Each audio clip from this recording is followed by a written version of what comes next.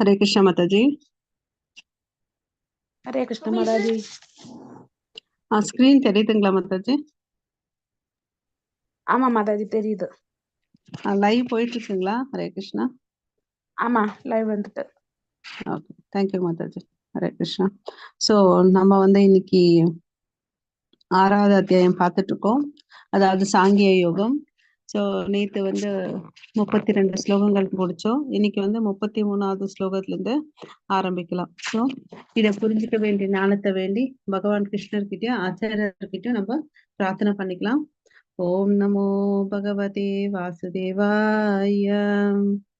ஓம் நமோ பகவதே வாசுதேவாய. ஓம் நமோ பகவதே வாசுதேவாய. ஓம் நமோ பகவதே வாசுதேவாய. ஓம் அஜ்ஞானதிமிரந்தஸ்ய ஞானாகංශலாகயா சக்ஷுருன்மிலிதம் येन தஸ்மை ஸ்ரீ குரவே நமः. श्री चैतन्य मनोभीष्टं स्थापितं येन भूतले स्वयं रूप गदामह्यं ददाति स्वपदान्तिकं वन्देऽहं श्रीगुरो श्रीयुतपथकमलं श्रीगुरोन् वैष्णवांश्च श्रीरूपं साकरजातं सगगणं रघुनाथान्वितं तं सजीवं सात्वैतं सावधूतं परिजनसहितं कृष्णचैतन्यदेवं श्रीराधा कृष्णपदान् सगगण ललिता श्रीविशाखान्वितां च हे कृष्णा करुणा सिन्धो दीनबन्धो जगत्पते गोपेश गोपिका कान्त राधा कान्त नमोऽस्तुते तप्त काञ्चन गौराङ्गी राधे वृन्देवनेश्वरि ऋषभानुसुते देवी प्रणमामि हरिप्रिये वाञ्छाकल्पतरुभ्यश्च कृपा सिन्धुभैव च पतितानां पावनेभ्यो वैष्णवेभ्यो नमो नमः। नमो ब्रह्मण्य देवाय को ब्राह्मणेदाय च जगतिदाय कृष्णाय गोविन्दाय नमो नमः। नमो महावादन्याय कृष्ण प्रेम प्रदायते कृष्णाय कृष्ण चैतन्य नाम्ने गौरवत्वेष नमः। गुरवे गौरचन्द्राय राधिकाय तदालय कृष्णाय कृष्ण भक्ताय तद्भक्ताय नमो नमः। मुखं करोति वाचालं भङ्गुं लङ्घायते गिरिं यत्कृपातमहं वन्दे श्रीगुरुं दीनदारणं परमानन्दं माधवं श्रीचैतन्य ईश्वरं। नमः पङ्कजनाभाय नमः पङ्कजमालिने नमः पङ्कजनेत्राय नमस्ते पञ्चगाङ्ग्रहे कृष्णाय वासुदेवाय देवकीनन्दनाय च नन्दगोपकुमाराय गोविन्दाय नमो नमः। नमो ओं विष्णुपादाय कृष्णप्रेष्ठाय भूतले श्रीमते भक्तिवेदान्त स्वामिन् इति नामिने नमस्ते सरस्वती देवे गौरवाणी प्रचारिणे निर्विशेष शून्यवादे पाश्चात्यदेशतारिणे नारायणं नमस्कृत्यं नरं चैव नरोत्तमं देवीं सरस्वतीं व्यासं ततो जयम् उदीरये शृण्वतां स्वकथः कृष्ण पुण्यश्रवणकीर्तनः अर्हन्तैस्तोहै अभद्राणि विदुनोति सुकृतं सतां नष्टप्रायेषु भद्रेषु नित्यं भागवत सेवया भगवती उत्तमश्लोके भक्तिर्भवति नैष्टिकीम् पंचतत्वात्मकं कृष्णं भक्तरूपस्वरूपकं भक्तावतारं भक्त्याख्यां नमामि भक्तशक्तिकं। जय श्री कृष्ण चैतन्य प्रभो नित्यानंद श्री अद्वैत गदाधर श्रीवासादि गौर भक्त वृंद हरे कृष्ण कृष्ण कृष्ण हरे हरे हरे राम राम राम हरे हरे। हरे कृष्णा।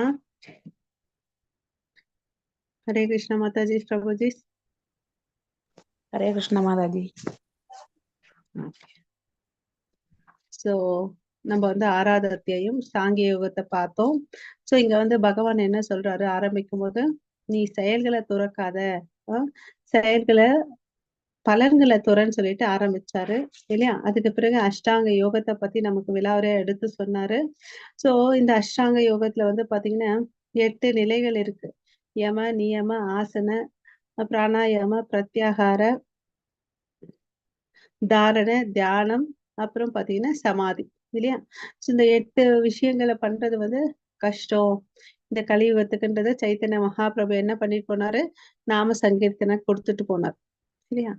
சோ அதுக்கு அடுத்து நம்ம என்ன பார்த்தோம், ஆஹ் இந்த பிரம்மபூதா நிலையை பார்த்தோம். அதாவது இந்த தான் வந்து ஒரு ஆத்மா தெரிஞ்சுக்கிற வந்து பிரம்மபூதா நிலை. அப்புறம் பிரம்ம ஸ்பர்ஷான்ற நிலையை தெரிஞ்சுக்கிட்டோம். அதாவது என்னன்னு பாத்தீங்கன்னா, ஆஹ் கடவுளோட நான் ஒரு அங்கத்துணுக்கு, என்னோட கடமை வந்து அவருக்கு வந்து நான் வேலை செய்யணும், தொண்டு செய்யணும் அப்படின்னு தெரிஞ்சுக்கிறது தான் வந்து பிரம்ம சம்பர்ஷான்றதை நேத்து பார்த்தோம். அதுக்கு அடுத்தது வந்து நேத்து என்ன கத்துக்கிட்டோம், கடவுள் எல்லாருடைய இருதயத்துல இருக்காரு, நம்ம புலன்களை வந்து கண்ட்ரோல் பண்ணணும். கோஸ்வாமி கோதாசர்கள்ன்ற 2 வார்த்தையை பார்த்தோம். அதுக்கு அடுத்தது வந்து இந்த மனசை எல்லாம் கண்ட்ரோல் பண்ணி கடவுள் மேல ஆஹ் புத்தியை செலுத்தனுடைய ஆஹ் மனோபாவம் எப்படி இருக்கும்னு பார்த்தோம் இல்லையா.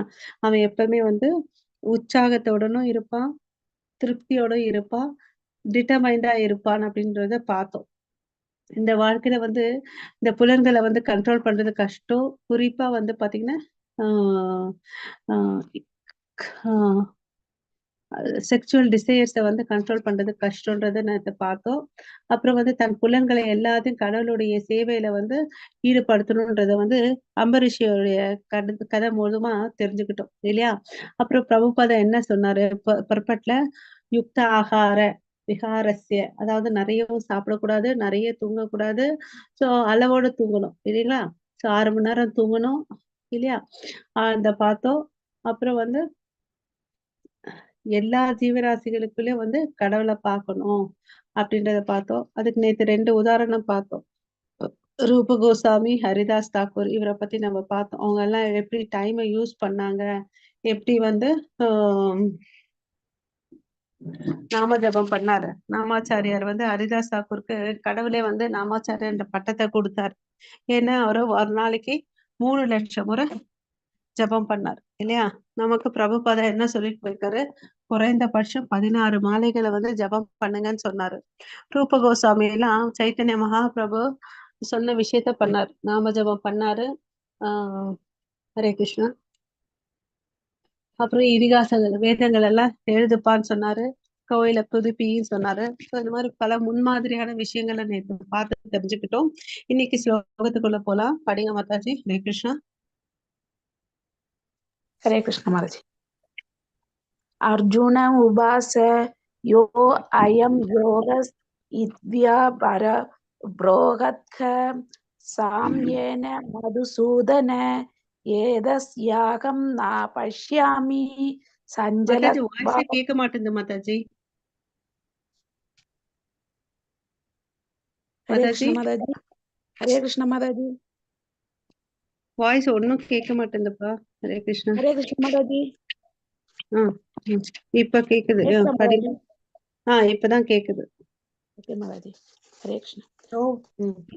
अर्जुन उवाच यो अयं योगस्त्वय प्रोहत्ख साम्येन मधुसूदन एतस्याहं न पश्यामि सञ्जलत्वात् स्थितिं स्थिराम्। हरे कृष्ण।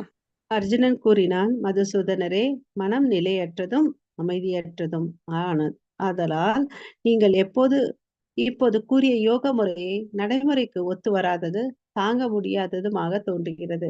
இப்ப என்ன சொல்றாரு அர்ஜுனனு, அப்பா நீங்க எவ்வளவு நேரம் சொல்லிட்டு வந்தீங்களே இந்த அஷ்டாங்க யோகம், இதெல்லாம் பண்ண முடியாதுப்பான்னு அப்படின்னு சொல்லிட்டு அவர் சொல்லிட்டார். நம்ம எல்லாம் சொல்றதுக்கு முன்னாடியே அவரே சொல்லிட்டார். ஓகேவா, நம்ம சார்பா அவர் சொல்லிட்டார். என்ன சொன்னாரு, மனசு வந்து ரொம்ப நிலையற்றது, அமைதியற்றது. இந்த 2 குறைபாடுகள் அதுகிட்ட இருக்குது. சோ இதெல்லாம் பிராக்டிக்கலா பண்ணவே முடியாது. ஸ்திரமான மனசு இல்ல, அமைதியற்ற மனசு இருக்குது அப்படின்னு சொல்லிட்டார். ஓகேவா. சோ இதுல இருந்து என்ன தெரிஞ்சுக்கலாம், இங்க பர்பட்ல பிரபுபாதா என்ன சொல்லியிருக்காருன்னு பார்க்கலாம். ஓகே. சோ இங்க ஒரு வார்த்தை சொல்லியிருக்கார், சுச்சாவ் தேசே. ஓகே, சுச்சாவ் தேசே அண்ட் எண்டிங் வித் யோகி பரமஹ.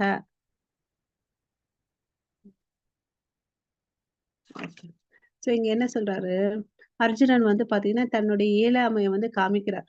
ஓகேவா? இதெல்லாம் வந்து சாதாரண மனுஷனால பண்ண முடியாது.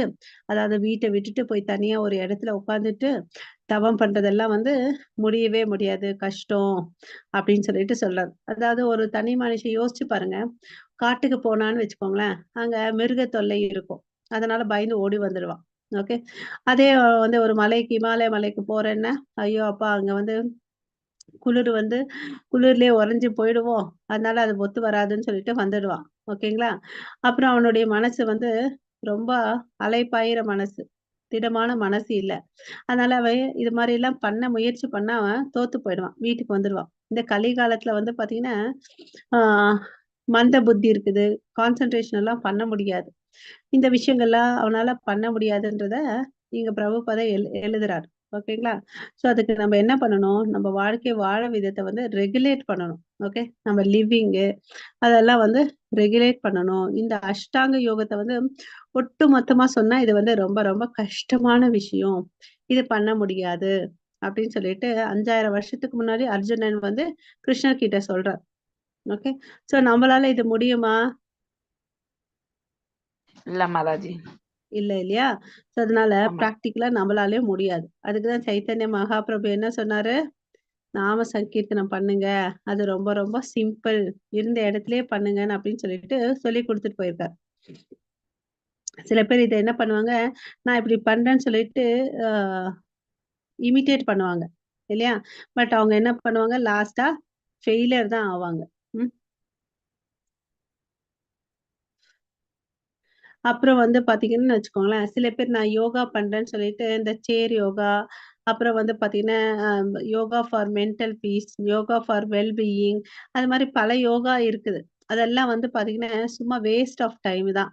அது வந்து போலியானது அப்படின்னு சொல்லிட்டு சொல்றார். ஓகேவா? ஸோ அர்ஜுனனும் சொல்ட்டாரு, இதெல்லாம் முடியவே முடியாது அப்படின்னு சொல்லிட்டு. ஸோ அவருக்கே முடியல. அவர் எப்படியாப்பட்டவரு? ஒரு சிறந்த வீரன். அப்புறம் வந்து பார்த்தீங்கன்னா, அ கிருஷ்ணரோட ஃப்ரெண்டு. அவராலே முடியலன்னும்போது நம்மளால சத்தியமா முடியாது. அதனால சைத்தன்ய மகாபிரபு சொன்ன விஷயத்த நம்ம ஓகேங்களா? ஸோ அதுதான் வந்து இந்த மனுஷ பிறப்பிக்கு வந்து ஒரு பலன். நெக்ஸ்ட் ஸ்லோகம். ஹரே கிருஷ்ணா. ஹரே சஞ்சலம் ஹி கிருஷ்ணா. மன கிருஷ்ண பிராமரிட்டு பலவத்ரி த்ரீவர் 3 வருடம் 4 வருடம் தஸ்யாகம் நிக்ரகம் மன்யே வாயோரிவ சுது த்ரீஷ்கரம். சஞ்சலம் ஹே மன கிருஷ்ணா. என்ன சொன்னாரு? "அப்பா இந்த மனசு இருக்குது இல்லையா? அமைதியற்றது. ஓகே. குழப்பம் நிறைந்தது, அடங்காதது, சக்தி மிகுந்தமாயிற்று." ஓகேவா? சஞ்சலம் ஹே மன கிருஷ்ணா பிரமேதி பலவத் திருடம். ஓகே. பலவத்னா என்ன? வலிமையானது. ஓகேவா? தஷ்யாகம் நிக்ரகம் மன்யே வாயோர் இவ சுதுக்ஷரம். அதாவது வாயோ இவ சுதுக்ஷரம். வாயு வேணா காற்ற வேணும்னா அடக்கிடுவேன். ஓகேவா? என்கிட்ட என்ன திறமை இருக்கு? இந்த வீசும் காற்ற வந்து நான் கூட வேணா அடக்கிடுவேன். ஆனா இந்த மனச வந்து என்னால அடக்க முடியாது. ரொம்ப கஷ்டமா இருக்குது அப்படின்னு சொல்லிட்டு அர்ஜுனன் சொல்றார். ஓகேவா? சோ மனதின் இயல்பு என்ன? இந்த மனசு பாத்தீங்கன்னா, எப்பத்தும் ஏதாவது ஒண்ணு யோசிச்சுட்டே இருக்கும். அமைதியாவே இருக்காது. சோ இது அமைதியற்றது. அப்புறம் வந்து எப்ப பார்த்தாலும் கொந்தளிப்பு ஏதாவது இருக்கும். அது இல்லாம ரொம்ப ரொம்ப சக்தி வாய்ந்தது. பிடி பிடிவாதமானது. இந்த 3 குணாதிசயங்கள் யாருக்கு இருக்கு? இந்த மனசுக்கு. என்னது? அமைதியற்றது, கொந்தளிக்கக்கூடியது, சக்தி வாய்ந்தது, அப்புறம் வந்து பிடிவாதமானது. சோ இந்த மனச வந்து கண்ட்ரோல் பண்றது கஷ்டம்டாப்பா கிருஷ்ணா. நான் வேணா என்ன பண்றேன்? இந்த காற்ற வேணா ஆர்டர் பண்ணுங்க. இப்ப நீங்க ஒரு கட்டளை போடுங்க. நான் அந்த காற்ற வேணா அடக்கிடுறேன் அப்படின்னு சொல்றாரு. ஓகேங்களா? சோ இங்க வந்து என்ன சொல்றாரு பாத்தீங்கன்னா, ஆஹ் பிரபுபாத தன்னோட பர்பட்ல ஆத்மனா பிரதினா விதி சரீரம் ரதம் ஏவச்ச புத்திந்து சரா சராத்தின் விதி மனக கிரகம் ஏவச்ச இந்திரியாணி ஹய அனாஹூர் விஷயாம்ஸ் தேஷு கோச்சரன் ஆத்மேந்திரிய மனோ யுக்தோ போக்தி ஆகூர் மனுஷினக. அதாவது இந்த உடலை வந்து எப்படி சித்தரிக்கப்படுறாருன்னு அந்த பிக்சர்ல இருக்கு பாருங்க. இந்த ஜட உடல் வந்து ரதத்துக்கு வந்து கம்பேர் பண்றாங்க. இந்த ஆத்மா வந்து யாருன்னு பாத்தீங்கன்னா ஒரு பெரிய பிராணி. ஓகேவா? புத்திய வந்து அதனுடைய சாரதி, மனம் வந்து பாத்தீங்கன்னா ஓட்டும் உபகரணம், புலன்கள்லாம் வந்து எதுக்கு ஒப்பிடுறாங்கன்னு பாத்தீங்கன்னா குதிரைகள். ஓகேவா? மனம் புத்தியினால் வழிகாட்டப்பட வேண்டும். சோ இந்த குதிரைகள் இருக்கு இல்லையா, நம்மளுடைய ஐம்புலன்கள், கண், காது, மூக்கு, நாக்கு அப்படின்னு சொல்லிட்டு 5 புலன்களுக்கு ஒப்பிடுறாங்க. அந்த எப்பவுமே நம்ம வந்து ரதத்துல போனோம்னா அந்த குதிரைகளை வந்து ஒரு கயிறை போட்டு கட்டுவாங்க. அது வந்து மனம். ஓகேவா? அத வந்து இந்த 5 கயிறுகளை வந்து பாத்தீங்கன்னா அந்த தேரோட்டி கையில வச்சிட்டு இருப்பான். அது வந்து பாத்தீங்கன்னா இன்டெலிஜென்ஸ். ஓகேங்களா? புத்தி, மனம், புத்தி. அதுக்கு அடுத்தது அந்த ரதத்துல யார் உட்காந்துட்டு போறாருன்னு பாத்தீங்கன்னா ஒரு ஆத்மா. அவர்தான் வந்து பாத்தீங்கன்னா இந்த உடல்ல உட்கார்ந்துட்டு இருக்கிற ஒரு சுப்ரீம் பர்சன். இந்த உடம்புக்கு வந்து பாத்தீங்கன்னா ஒரு சுப்ரீம் யாருன்னு பாத்தீங்கன்னா எல்லா புலன்களுக்கு விட சிறந்தது யாருன்னு பாத்தீங்கன்னா ஆத்மா. ஓகேங்களா? இது வந்து இந்த ஜட உலகத்தோட ஜட உடலோட அமைப்பை வந்து இந்த பிக்சரை வச்சு விலாவரி சொல்றார். ஓகேங்களா? சோ இந்த மனசு இருக்கு இல்லையா, ரொம்ப ரொம்ப ஸ்ட்ராங், வலிமையானது. அதை வந்து கண்ட்ரோல் பண்றது கஷ்டம். ஆனா சைத்தன்ய மகாபிரபு என்ன சொல்றாருன்னு பாத்தீங்கன்னா இந்த மனசை ஈஸியா கண்ட்ரோல் பண்ணலாம். எப்படி தெரியுமா? நீ அதுக்கு வந்து ஸ்ட்ரகிள் பண்றதை விட அதை கண்ட்ரோல் பண்ணணும்னு நினைக்கிறத விட அதை வந்து கொஞ்சம் இப்படி டைவர்ட் பண்ணு. என்ன பண்றாரு? இந்த ஹரே கிருஷ்ண மகா மந்திரத்தை வந்து நீ சொல்லு. அது சொன்ன உனக்கு என்ன ஆகுது? இந்த மனுஷ ஜென்மத்துல இருந்து உனக்கு விடுதலை கிடைக்குது. சபை மனக கிருஷ்ண பாதார விந்தோகோ.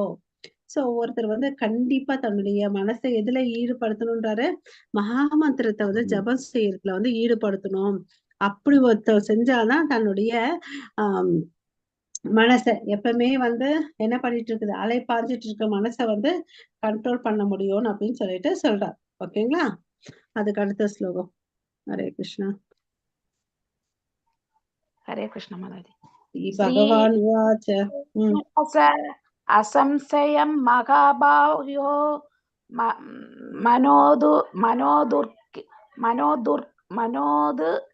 மனோதுர்கிரகம் சலம் அப்டியாசேனது கௌந்தயே வைராக்யோன சங்ருக்யதே. ஹரே கிருஷ்ணா. ஹரே கிருஷ்ணா. இங்க வந்து பகவான் பேசுறார். என்ன சொல்றாரு? அசம்சயோ மகாபாகோ மனோ துர்நிகிரகம் சலம். என்ன சொல்றாரு? நீ சொல்றது கரெக்ட் தான்ப்பா. மகாபாகோன்னு சொல்றாரு அர்ஜுனனை. ஓகேவா? சோ சந்தேகமே இல்ல. அசம்சயம், சந்தேகமே இல்ல. நீ சொல்றது கரெக்ட் தான். என்னது? துர்நிகிரகம், கஷ்டம்தான் அதை கண்ட்ரோல் பண்றது. பட் என்ன பண்ண கண்ட்ரோல் பண்ண முடியும்? 3வது வரியில சொல்றாரு பாருங்க. அப்பியாசேன து கௌந்தேயா. பழக்கப்படுத்திக்கலாம், முயற்சி பண்ணி பழக்கப்படுத்திக்கலாம். சோ என்ன ஆகும் அதனால? வைராகியன ச கிருஹ்யதே. வைராகியம் வரும் அப்படின்னு சொல்றார். ஓகேங்களா? சோ பகவான் கிருஷ்ணர் கூறினால், பலம் பொருந்திய புயங்களுடைய குந்தியின் மகனே, அமைதியற்ற மனதை அடக்குவது சந்தேகமின்றி மிகவும் கடினமே. ஆனால் தகுந்த பயிற்சினாலும் பற்றின்மையினாலும் அது சாத்தியமாகும். சோ பயிற்சி வேணும், பற்றின்மை வேணும், அபியாசா, அப்புறம் வைராக்கியம், 2 முடியும்பான் அப்படின்னு சொல்லிட்டு சொல்ற. ஓகேவா? சோ நீ இதுக்கு வந்து இத கண்ட்ரோல் பண்றது கஷ்டப்படுறதை விட நீ என்ன பண்ணு, அதுக்கு வந்து மாற்று வழியை காமிக்கிற. ஓகேவா? சோ என்னென்ன எதை பிராக்டிஸ் பண்ணணும் நானு அப்படின்னு பார்த்தேன்னு வச்சுக்கோங்களேன். யாராலும் போயிட்டு ஒரு தனிமையான இடத்துல உட்காந்துட்டு புலன்களை வந்து கண்ட்ரோல் பண்றது கஷ்டம் இல்லையா? சோ அதனால என்ன சொல்றாருங்க, நவவித பக்தியை பண்ணுன்னு அப்படின்னு சொல்றாரு. மனதை சமாளிக்க தீர்வு என்னன்னு பார்த்தா அங்கீகரிக்கப்பட்ட குருவின் வழிகாட்டுதல் கீழ் பயிற்சி படுத்திக்கணும். அப்ப என்ன ஆகுது? பற்றுதலின்மை, ஜடத்தில் பற்றின்மை, ஆன்மீகத்தில் ஈடுபாடு வருது. சோ ஆன்மீக குரு கிட்ட போயிட்டு நம்ம வழி கேட்டா நமக்கு அவர் சொல்லி கொடுப்பார். அதாவது என்ன சொல்லி கொடுப்பாரு? நவவித பக்தின்னு ஒண்ணு இருக்கு, அந்த கான்செப்ட நீ எடுத்து பண்ணு அப்படின்னு சொல்றார். அதுல வந்து இந்த பக்தியில வந்து ரொம்ப ரொம்ப இம்பார்ட்டன்ட் எதுன்னு பாத்தீங்கன்னா கேட்டல். ஓகே, கிருஷ்ணரை பத்தி நம்ம கேட்கணும். ஓகே, அதுதான் ரொம்ப ரொம்ப ரொம்ப இம்பார்ட்டன்ட் திங்ஸ். அப்புறம் அது ரொம்ப பவர்ஃபுல். இது வந்து பர்பட்ல பிரபுபாதா எழுதுறார். Powerful transcendental method for purging the mind of misgivings. இந்த மனசு இப்படிதான் இருக்கும். பட் நீ அதை என்ன பண்ணணும்?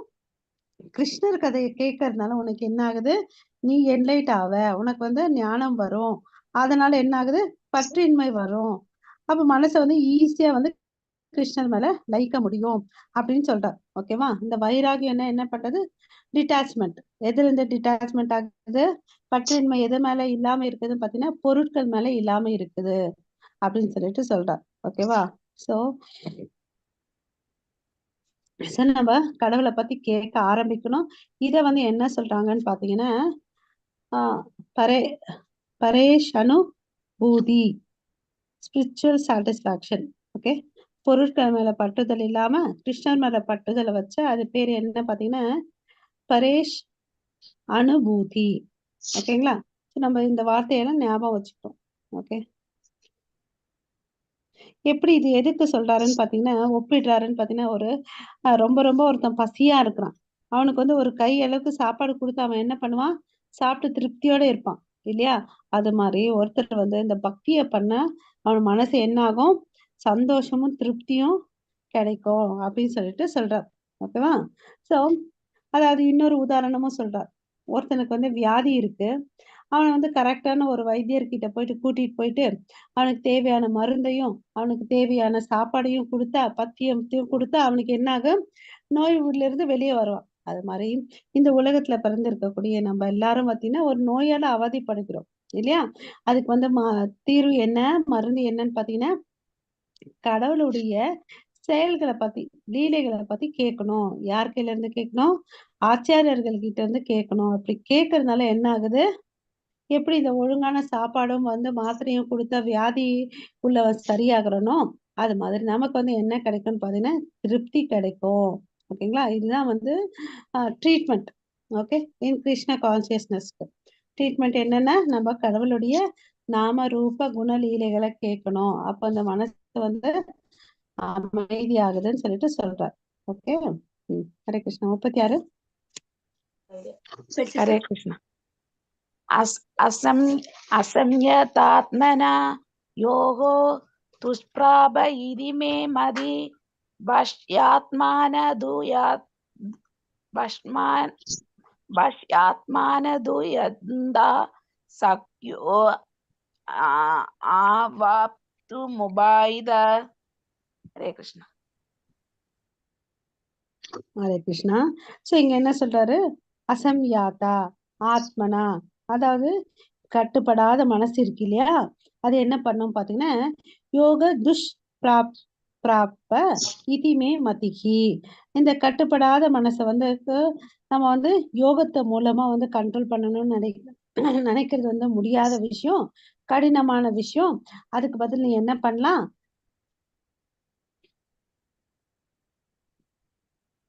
வஷ்யாத்மானாம், அதாவது கண்ட்ரோல் பண்ண மனசு மேல வந்து அசம் யாத்மன, அதாவது கட்டுப்படாத மனசை சொல்றார். மூணாவது வரியில பாத்தீங்கன்னு வச்சுக்கோங்களேன், யாஸ் யாத்மானா, கண்ட்ரோல் பண்ணக்கூடிய மனசை வச்சு நம்ம என்ன பண்ணலாம்? நம்ம முயற்சி பண்ணி பிராக்டிக்கலா, ஓகேவா, கட்டுப்படுத்தி பிராக்டிக்கலா அதுல வந்து செயல்படுத்தினா வெற்றின்றது நிச்சயம். ஓகே, வாப்தும் உபயாதக, ஸோ வெற்றி வந்து கிடைக்கும் அப்படின்னு சொல்ற. கட்டுப்படாத மனதை கொண்டவனுக்கு தன்னை உணர்தல் வந்து கடினமான விஷயம். ஆனா மனசை கண்ட்ரோல் படுத்தினவன் என்ன பண்ணுவான்? சரியான வழியில் முயற்சி செஞ்சு வெற்றி அடைவான். ஓகேவா? இதுவே என்னுடைய அபிப்பிராயம் அப்படின்னு சொல்லிட்டு யார் சொல்றது? கிருஷ்ணர் வந்து சொல்றார். ஓகேவா? ஸோ மனசை வந்து நம்ம கண்ட்ரோல் பண்ணணும்னா அதுக்கு பயிற்சியும் முயற்சியும் வேணும். அப்படி பண்ணா கண்டிப்பா வந்து என்ன ஆகும்? சக்சஸ் ஆகும் அப்படின்னு சொல்லிட்டு கிருஷ்ணர் சொல்றார். ஓகேங்களா? ஸோ பிரபுபாதா என்ன சொல்றாரு பர்பட்ல? நம்ம வந்து ப்ராக்டிஸ் பண்ணணும். ஓகேவா? எப்படி வந்து இந்த உலகத்துல நம்ம வந்து ஒரு சந்தோஷம் சில விஷயங்களை பண்ணிட்டு இருக்கோம் இல்லையா? சந்தோஷமா சில விஷயங்கள் பண்ணிட்டு இருக்கோம். அது உண்மையான சந்தோஷமா தெரியாம பண்ணிட்டு இருக்கோம். அந்த கொதிக்கிற நெருப்புல வந்து தண்ணி போட்டு என்ன ஆகும்? அணைஞ்சிடும் இல்லையா? அது மாதிரி இந்த காட்டு தீ போல இருக்கக்கூடிய இந்த பௌதிக விஷயத்த வந்து நம்ம ஃபர்ஸ்ட் அணைக்கணும். அப்புறம் வந்து என்ன பண்ணலாம், நம்ம இந்த பக்தியில ஈடுபட்டோம்னு வச்சுக்கோங்களேன், அப்ப மனசு வந்து கண்ட்ரோல் ஆகுது, மனசு வந்து கட்டுப்படுத்தப்படுகிறது. கட்டுப்படுத்தப்பட்ட மனத்தோட நம்ம கடவுள் மேல வந்து தியானம் பண்றது ஈஸி. கடவுளுக்கு வந்து சேவை பண்ண முடியும். ஓகேங்களா? இப்படி சேவை பண்றதுனால அவன் வந்து என்ன அடையணும், வாழ்க்கையின் குறிக்கோளை வந்து கண்டிப்பா அடைய முடியும். சோ இது மாதிரி அவன் கிருஷ்ண உணர்வுல ஃபுல்லா நிலைச்சு இருக்கிறான். இதுதான் வித்தியாசம்.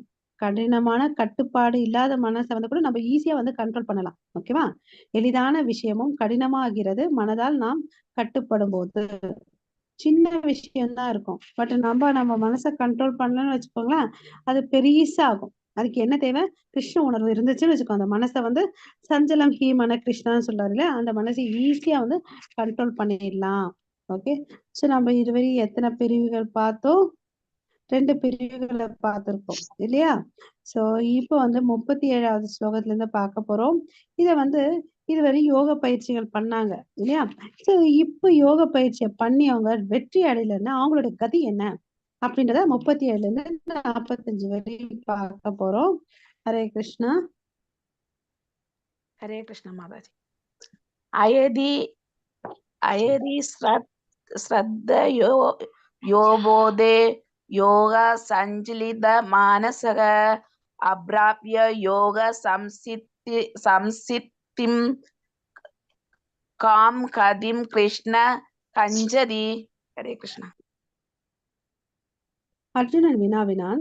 அர்ஜுனா, கிருஷ்ணா தன்னுணர்வு பாதையினை நம்பிக்கையுடன் ஆரம்பத்திலே மேற்கொண்டு பிறகு உலக எண்ணங்களினால் அதனை நிறுத்தி விடுபவன் யோகத்தின் பக்குவ நிலையை அடைவதில்லை. அத்தகு வெற்றி அடையாத ஆன்மீகியின் கதி என்ன? ஓகேவா? சோ இப்ப என்ன கேக்குறாரு அர்ஜுனனுக்கு? ஹயதிஹி ஸ்ரத்தையோ பேதோ யோக சலித மானசக. என்ன சொல்றாரு? நம்பிக்கையோட ஆரம்பிக்கிறாங்க. ஓகேவா? பட் கடைசியில என்ன ஆயிடுறாங்க? டீவியேட் ஆயிடுறாங்க. சலித மனசக. ஓகேவா? அப்ரப்யோ யோக சம்சித்தம் காம் கதிம் கிருஷ்ண கச்சதி. சம்சித்தம்னா இந்த முயற்சியில அவங்க வந்து என்ன பண்ண முடியுதுல, பக்குவமா அடைகிறதே இல்ல. சோ அப்ப வந்து அப்ராப்ய, அதாவது தோல்வி அடைகிறார்கள். அப்படி அடைந்துடைய யோகிகளுடைய நிலை என்ன? முயற்சி பண்றாங்கப்பா, அந்த முயற்சியில வந்து தோத்து போயிடுறாங்க. அப்படியேப்பட்டவங்களுடைய நிலை என்ன அப்படின்னு கேள்வி கேட்கிறார். ஓகேவா? இந்த தன்னை உணர்தல்னு இருக்கு இல்லையா, அத வந்து என்ன சொல்லியிருக்காங்கன்னு பாத்தீங்கன்னா, அது வந்து ஒரு அடிப்படை இந்த உடலை பத்தி தெரிஞ்சுக்கணும்னா தன்னை உணர்தல் வந்து எல்லாருக்கும் அவசியம். ஓகேங்களா? ஏன் அவசியம்னு பாத்தீங்கன்னு வச்சுக்கோங்களேன், நம்ம எல்லாம் ஒரு ஆத்மான்றதை நம்ம தெரிஞ்சுக்கணும். ஓகே. சோ இந்த ஆத்மாவுடைய வாழ்க்கை எப்படி இருக்கும் பாத்தீங்கன்னா, நித்தியமான வாழ்க்கை, ஆனந்தமயமானது, ஆஹ் ஞானமயமானது. ஓகேங்களா? இத தெரிஞ்சுக்கணும். இத ஃபர்ஸ்ட் தெரிஞ்சுக்கணும். அப்புறம் அவனுக்கும் அந்த கடவுளுக்கும் ஒரு சம்பந்தம் இருக்கு. இந்த இடத்துல விலாவரியா சொல்லியிருக்காங்க பாருங்க. எல்லாம் தெரிஞ்சிருக்கணும். அதாவது 3 யோகங்கள் இருக்கு. அதாவது ஞான யோகம், தியான யோகம், பக்தி யோகம். சோ நம்மளுடைய உண்மையான அடையாளம் தெரிஞ்சுக்கிட்டு கடவுளுக்கும் நம்மளுக்கும் என்ன சம்பந்தம் இருக்கு? ஆஹ் சம்பந்த அபிதேய பிரயோஜனம். சோ கடவுளுக்கும் நமக்கும் ஒரு சம்பந்தம் இருக்கு. சம்பந்தம் இருக்கு. நான் என்ன பண்ணணும்? அபிதேயா. அதாவது அவருக்கு வந்து சேவை செய்யணும். அதனால எனக்கு என்ன பிரயோஜனம்? நான் நித்தியமான திருநாட்டிற்கு போவேன் அப்படின்றத நம்ம தெரிஞ்சுக்கணும். ஓகேங்களா? சோ அவருடன் நமக்கு உறவை புதுப்பித்து கொள்ள நம்ம என்ன செய்யணும்? நாம ஜெபம் பண்ணணும். சோ அப்ப என்ன ஆகுது? இறை அன்பு வந்து நம்மளுடைய மனசுல வந்து வருது. அப்புறம் வந்த பிறகு என்னது? அது நிலையா நிலையா நிக்குது. ஓகேவா? சோ அப்ப வந்து பக்தி வந்து பாத்தீங்கன்னா இப்படி பண்றதுனால மனசு பக்குவம் அடையுது. சோ பக்தி பண்ணி நேரடியா வந்து கடவுள்கிட்ட நம்ம சம்பந்தம் வச்சுக்கலாம். சோ இந்த விஷயங்கள் வந்து பாத்தீங்கன்னா பக்தி யோகம் வந்து ரொம்ப ரொம்ப எளிதமானது, துரி துரிதமானது, பாதுகாப்பானது. ஆனா ஞான யோகமும் தியான யோகமும் வந்து பாத்தீங்கன்னா பண்றதே கஷ்டம். அதுல வந்து ஃபெயிலியர் வந்து வீழ்ச்சி வந்து ரொம்ப ரொம்ப அதிகம். ஆனா பக்தி யோகத்துல அப்படி இல்ல நம்ம புரிஞ்சுக்கணும். ஓகேங்களா? சோ யாராவது ஒருத்தவங்க வந்து இந்த மாயையிலிருந்து வெளியே வரணும்னு நினைக்கிறாங்கன்னு வச்சுக்கோங்களேன், அந்த மாயைக்கு வந்து ரொம்ப சக்தி இருக்கான். சோ அவன் அந்த மாயைக்குள்ள வந்து என்ன ஆகுவான்? தோத்து போயிடுவானாம். ஓகே. அதே கிருஷ்ணருடைய துணை கொண்டு அவன் செஞ்சான்னு வச்சுக்கோயேன், வெற்றி அடைவான் என்றதை நம்ம சொல்லணும், தெரிஞ்சுக்கணும். ஸோ இங்கதான் வந்து பாத்தீங்கன்னா இந்த செகண்ட் இந்த ஸ்லோகத்துல வந்து 2வது வரியில இருக்கு பாருங்க, யோக சலித மானசக. ஓகேவா? ஸோ அவன் தன்னுடைய பாதையில இருந்து விலகுறான். அதனாலதான் அவன் வந்து என்ன ஆகுறான், அப்பிராபிய தோல்வி அடைகிறான். தன்னை உணரும் நிலையில இருந்து அவன் தோல்வி அடையறதுக்கு காரணம் என்ன, மனசு வந்து டீவியேட் ஆகுது. ஓகேவா? ஸோ இதுக்கெல்லாம் சிம்பிளா இந்த ஸ்டெப்ஸ் எல்லாம் நீ பண்றதை விட, ஓகேவா, சிம்பிளா என்ன பண்ணு, ஞான யோகம் வேணாம், தியான யோகம் வேணாம், இந்த 3ல எது சிம்பிள், பக்தி யோகம் பண்ணு அப்படின்னு சொல்லிட்டு சொல்றார். ஸோ வெற்றி அடையாத யோகியின் நிலை என்ன, அவனுக்கு வந்து என்ன வேணும், ஓகே, அப்புறம் வந்து ஸ்திரமற்ற நிலையற்ற மனம். இந்த 2 வந்து தோல்வி அடையறான் இல்லையா. நம்பிக்கை வேணும் கடவுள் மேல, அப்புறம் ஸ்திரமா மனசை வச்சுக்கணும், இல்லைன்னா அவனுக்கு குழப்பம்தான் ஏற்படும், வீழ்ச்சி தான் அடையும். அப்பிராபிய அப்படின்னு சொல்லிட்டு சொல்றார். ஓகேவா? ஹரே கிருஷ்ணா. ஹரே கிருஷ்ணா. ஹரே கிருஷ்ணா மாதாஜி. ஹரே கிருஷ்ணா பிரபு. நோபய விப்ரஸ்டஸ் சின்னாப்ரம் ஈவனஷ்யதி அப்ரதிஷ்டோ மகாபாகோ விமுடா பிரகப்மன கதி. ஹரே கிருஷ்ணா மாதாஜி. ஸோ இங்க என்ன சொல்றாரு, பலம் பொருந்திய புயங்களை உடைய கிருஷ்ணரே, ஆன்மீக பாதையில் இருந்து மயங்கி அத்தகு மனிதன் ஆன்மீகத்தில் வெற்றி அடையாமல், பௌதிகத்தில் வெற்றி அடையாமல், சிதறிய மேகம் போன்று எங்கும் இடமின்றி அழிந்து விடுவதில்லையா?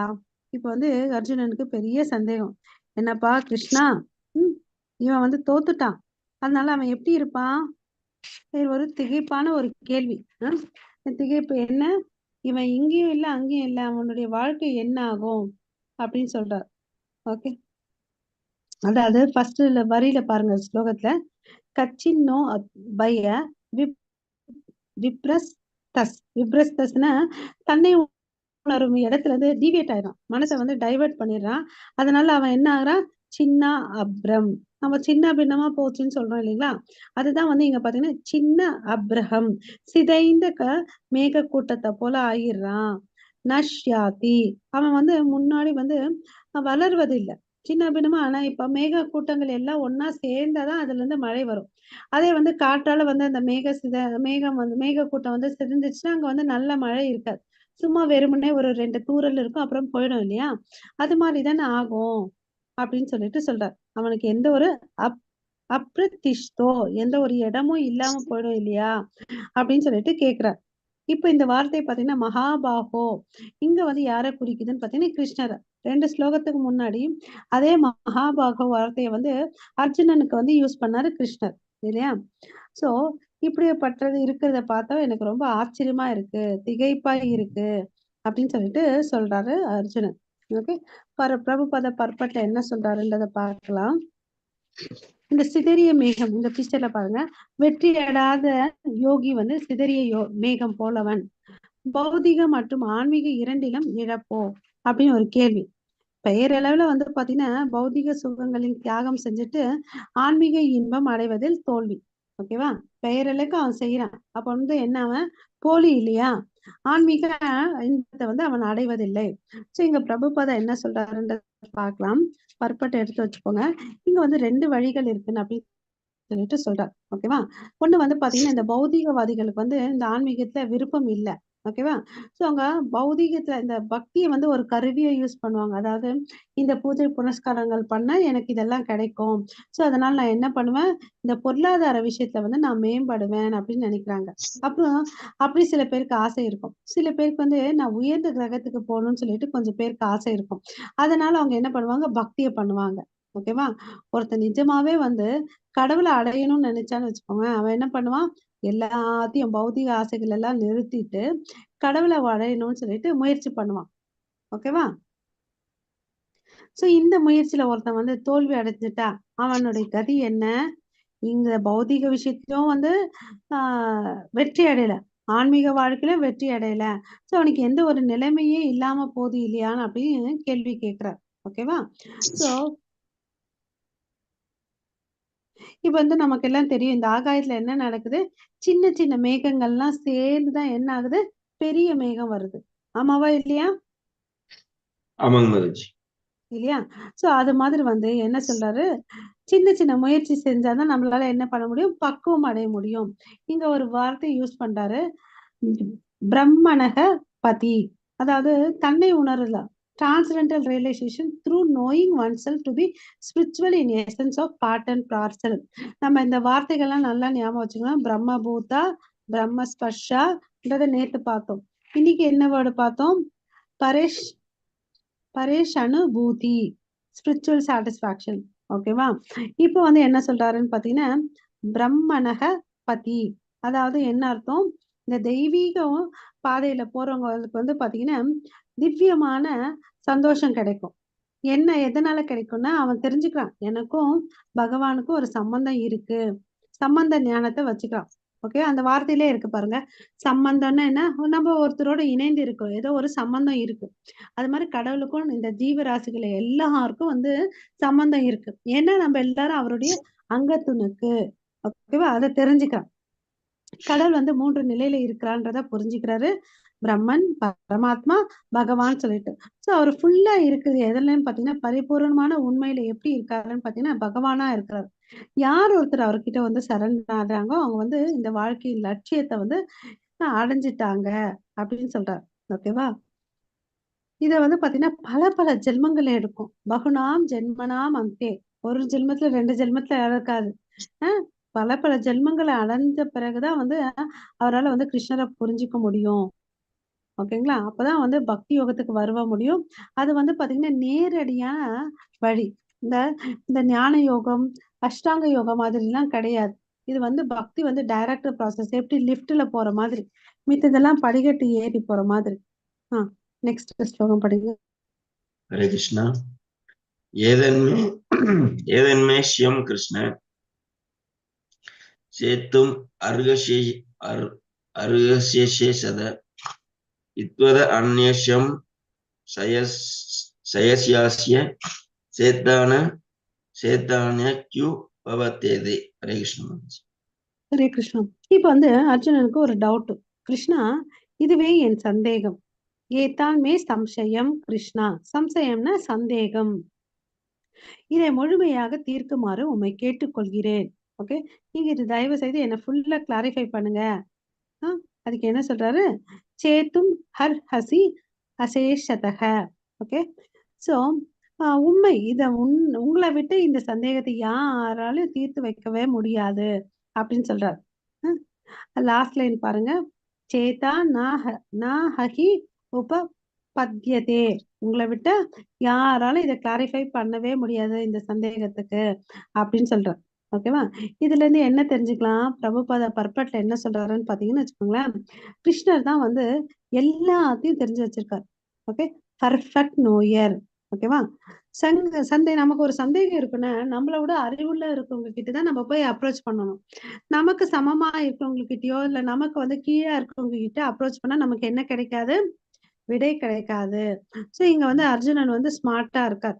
அவர்கிட்ட வந்து பாத்தீங்கன்னா போய் கேக்குறார், என்ன எல்லாத்தையும் அறிஞ்சிருக்கிறவர் அவர் தான் பர்ஃபெக்ட் நோயர். என்ன, அவர் வந்து பாத்தீங்கன்னா கடந்த காலம், நிகழ்காலம், வருங்காலத்தை எல்லாத்தையும் வந்து தெரிஞ்சு வச்சிருக்கிறார். அதனால அவர்கிட்ட போய் கேக்குறாரு. ஓகேவா? சோ அதுக்கு அடுத்தது, அவருக்கு சமமானவர் யாருமே இல்ல, அகரை விட உயர்ந்தவர் யாரும் இல்லைன்றத அர்ஜுனன் புரிஞ்சுக்கிட்டாரு. அதனால கடவுளுக்கு வந்து நம்ம சுப்ரீம் என்ற வார்த்தையை வந்து யூஸ் பண்றோம். ஓகேங்களா? கிருஷ்ணர் தான் எல்லாத்துக்கும் வந்து முழுமையான ஃபைனல் அண்ட் கம்ப்ளீட் ஆன்சர். இது ரொம்ப அழகான word. To all the doubts. Okay, final and complete answer வந்து யாரால கொடுக்க முடியும்னு பாத்தீங்கன்னா கிருஷ்ணர் ஒருத்தரால் தான். அவர் தான் வந்து எல்லா விதமான சந்தேகங்களையும் வந்து முழுமையாக தீர்க்க முடியும். ஓகேவா? பட் என்ன ஒரு விஷயம் பாத்தீங்கன்னா ஆச்சரியம்னா, பட் யாராலும் வந்து கிருஷ்ணரை புரிஞ்சிக்கவே முடியல. But no one knows him, Krishna, and Krishna consciousness devotees alone can know what is what. Krishna பக்தர்களா, கிருஷ்ணருக்கும் Krishna பக்தர்களுக்கு தான் வந்து தெரியும் எது என்னதுன்றத தெளிவா தெரியும்னு சொல்லிட்டு பிரபுபாத பர்பட்ல சொல்லியிருக்கார். அந்த 40வது ஸ்லோகம் படிங்க. श्री भगवान हरे कृष्ण श्री भगवान उवाच भारत नैवेह नामुत्र विनाश इस्तस्य विद्यते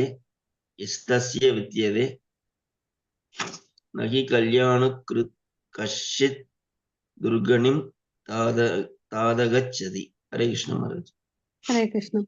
சோ இங்க வந்து ரொம்ப நல்லா சொல்றாரு. பகவான் வந்து என்ன பதில் சொல்றாருன்னு பாத்தீங்கன்னா, பிருதாவின் மகனே, நற்செயல்களில் ஈடுபட்ட ஆன்மீகி இவ்வுலகிலோ பர உலகிலோ அழிவை அடைவதில்லை. கேரண்டி கொடுத்துட்டார். என்னுடைய பக்தர் என்ன பண்றான், இங்கேயும் அழியறது இல்ல, பரலோகத்திலே வந்து அழிவதே இல்லை. என் நண்பனே, நன்மை செய்பவன் தீமையை அடைவதே இல்லை. இல்லையா? என்ன விதை போடுறோமோ அதை தான் அறுப்போம். இல்லையா? மாங்காய் மரத்தை நட்டோம், மாங்காய் தான் வரும். இல்லையா?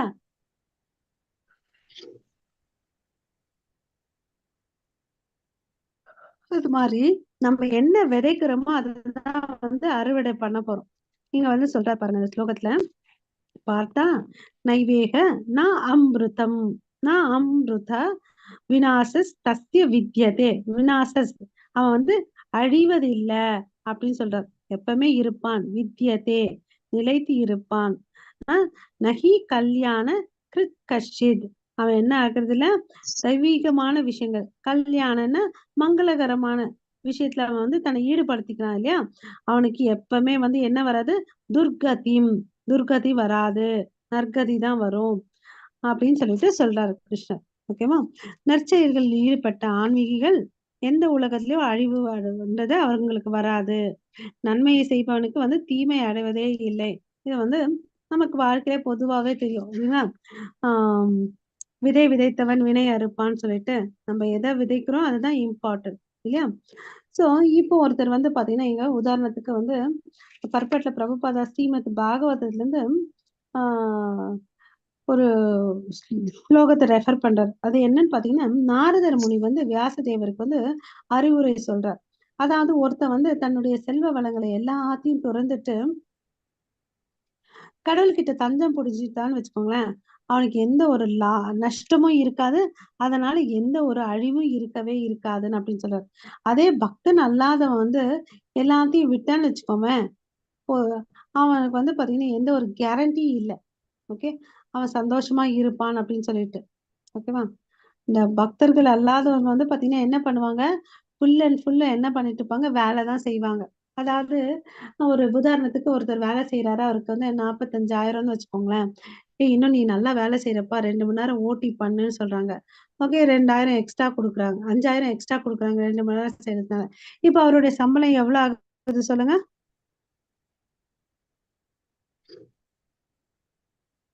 ஹரே கிருஷ்ணா. மாதாஜி, பிரபுஜி.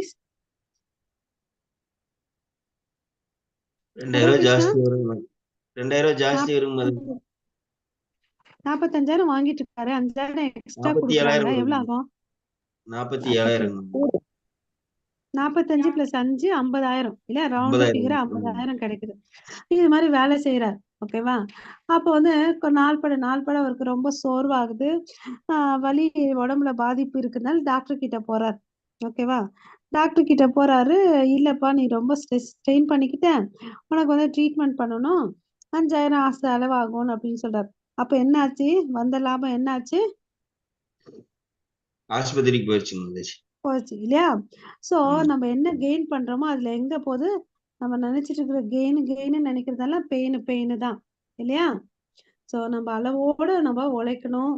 அப்புறம் மித்த இருக்கிற டைமை வந்து என்ன பண்ணணும்னா பக்திக்கு வந்து நம்ம செலுத்தணும். ஓகேவா? அதை நம்ம இங்க புரிஞ்சுக்கணும். ஓகே, சோ இங்க வந்து பாத்தீங்கன்னா ஹியூமானிட்டியை வந்து 2ஆ கிளாசிஃபை பண்ணிருக்காரு பிரபுபாதா. ஒண்ணு வந்து ரெகுலேட்டட், இப்படிதான் இருக்கணும்னு அப்படி நியமங்களோட இருக்குது. இன்னொன்னு வந்து நான் ரெகுலேட்டட். ஸோ நம்ம புலன்களை எல்லாம் வந்து கண்ட்ரோல் பண்ணி மனசை வந்து இந்த நாம ஜபத்துல ஈடுபடுத்தி வாழ்ந்தோம்னு வச்சுக்கோங்களேன், நம்ம என்ன ஆகும், உயர்ந்த கதியா ஆகும். அதே வந்து நான் ரெகுலேட்டட்ல வந்து பாத்தீங்கன்னா சிவிலைஸ்ட் அண்ட் அன்சிவிலைஸ்ட்னு இருக்காரு, கிளாசிஃபை பண்றாரு. நான் ரெகுலேட்டட் செக்ஷனை வந்து மறுபடியும் பிரிக்கிறார் அதுக்குள்ள. அதாவது சிவிலைஸ்ட் அண்ட் நான் சிவிலைஸ்ட், அப்புறம் எஜுகேட்டட் அண்ட் நான் எஜுகேட்டட், ஸ்ட்ராங் அண்ட் வீக். இவங்க எல்லாம் பாத்தீங்கன்னா மிருகங்களுக்குரிய ப்ரொபன்சிட்டி தான் இருக்கும், மிருகத்தன்மை தான் அவங்க கிட்ட இருக்கும். அவங்க என்ன செயல்களை செய்யறாங்கன்னு பாத்தீங்கன்னா, சாப்பிடுறாங்க, தூங்குறாங்க, இனவிருத்தி பண்றாங்க, தன்னைக்கு பாதுகாக்கிறாங்க.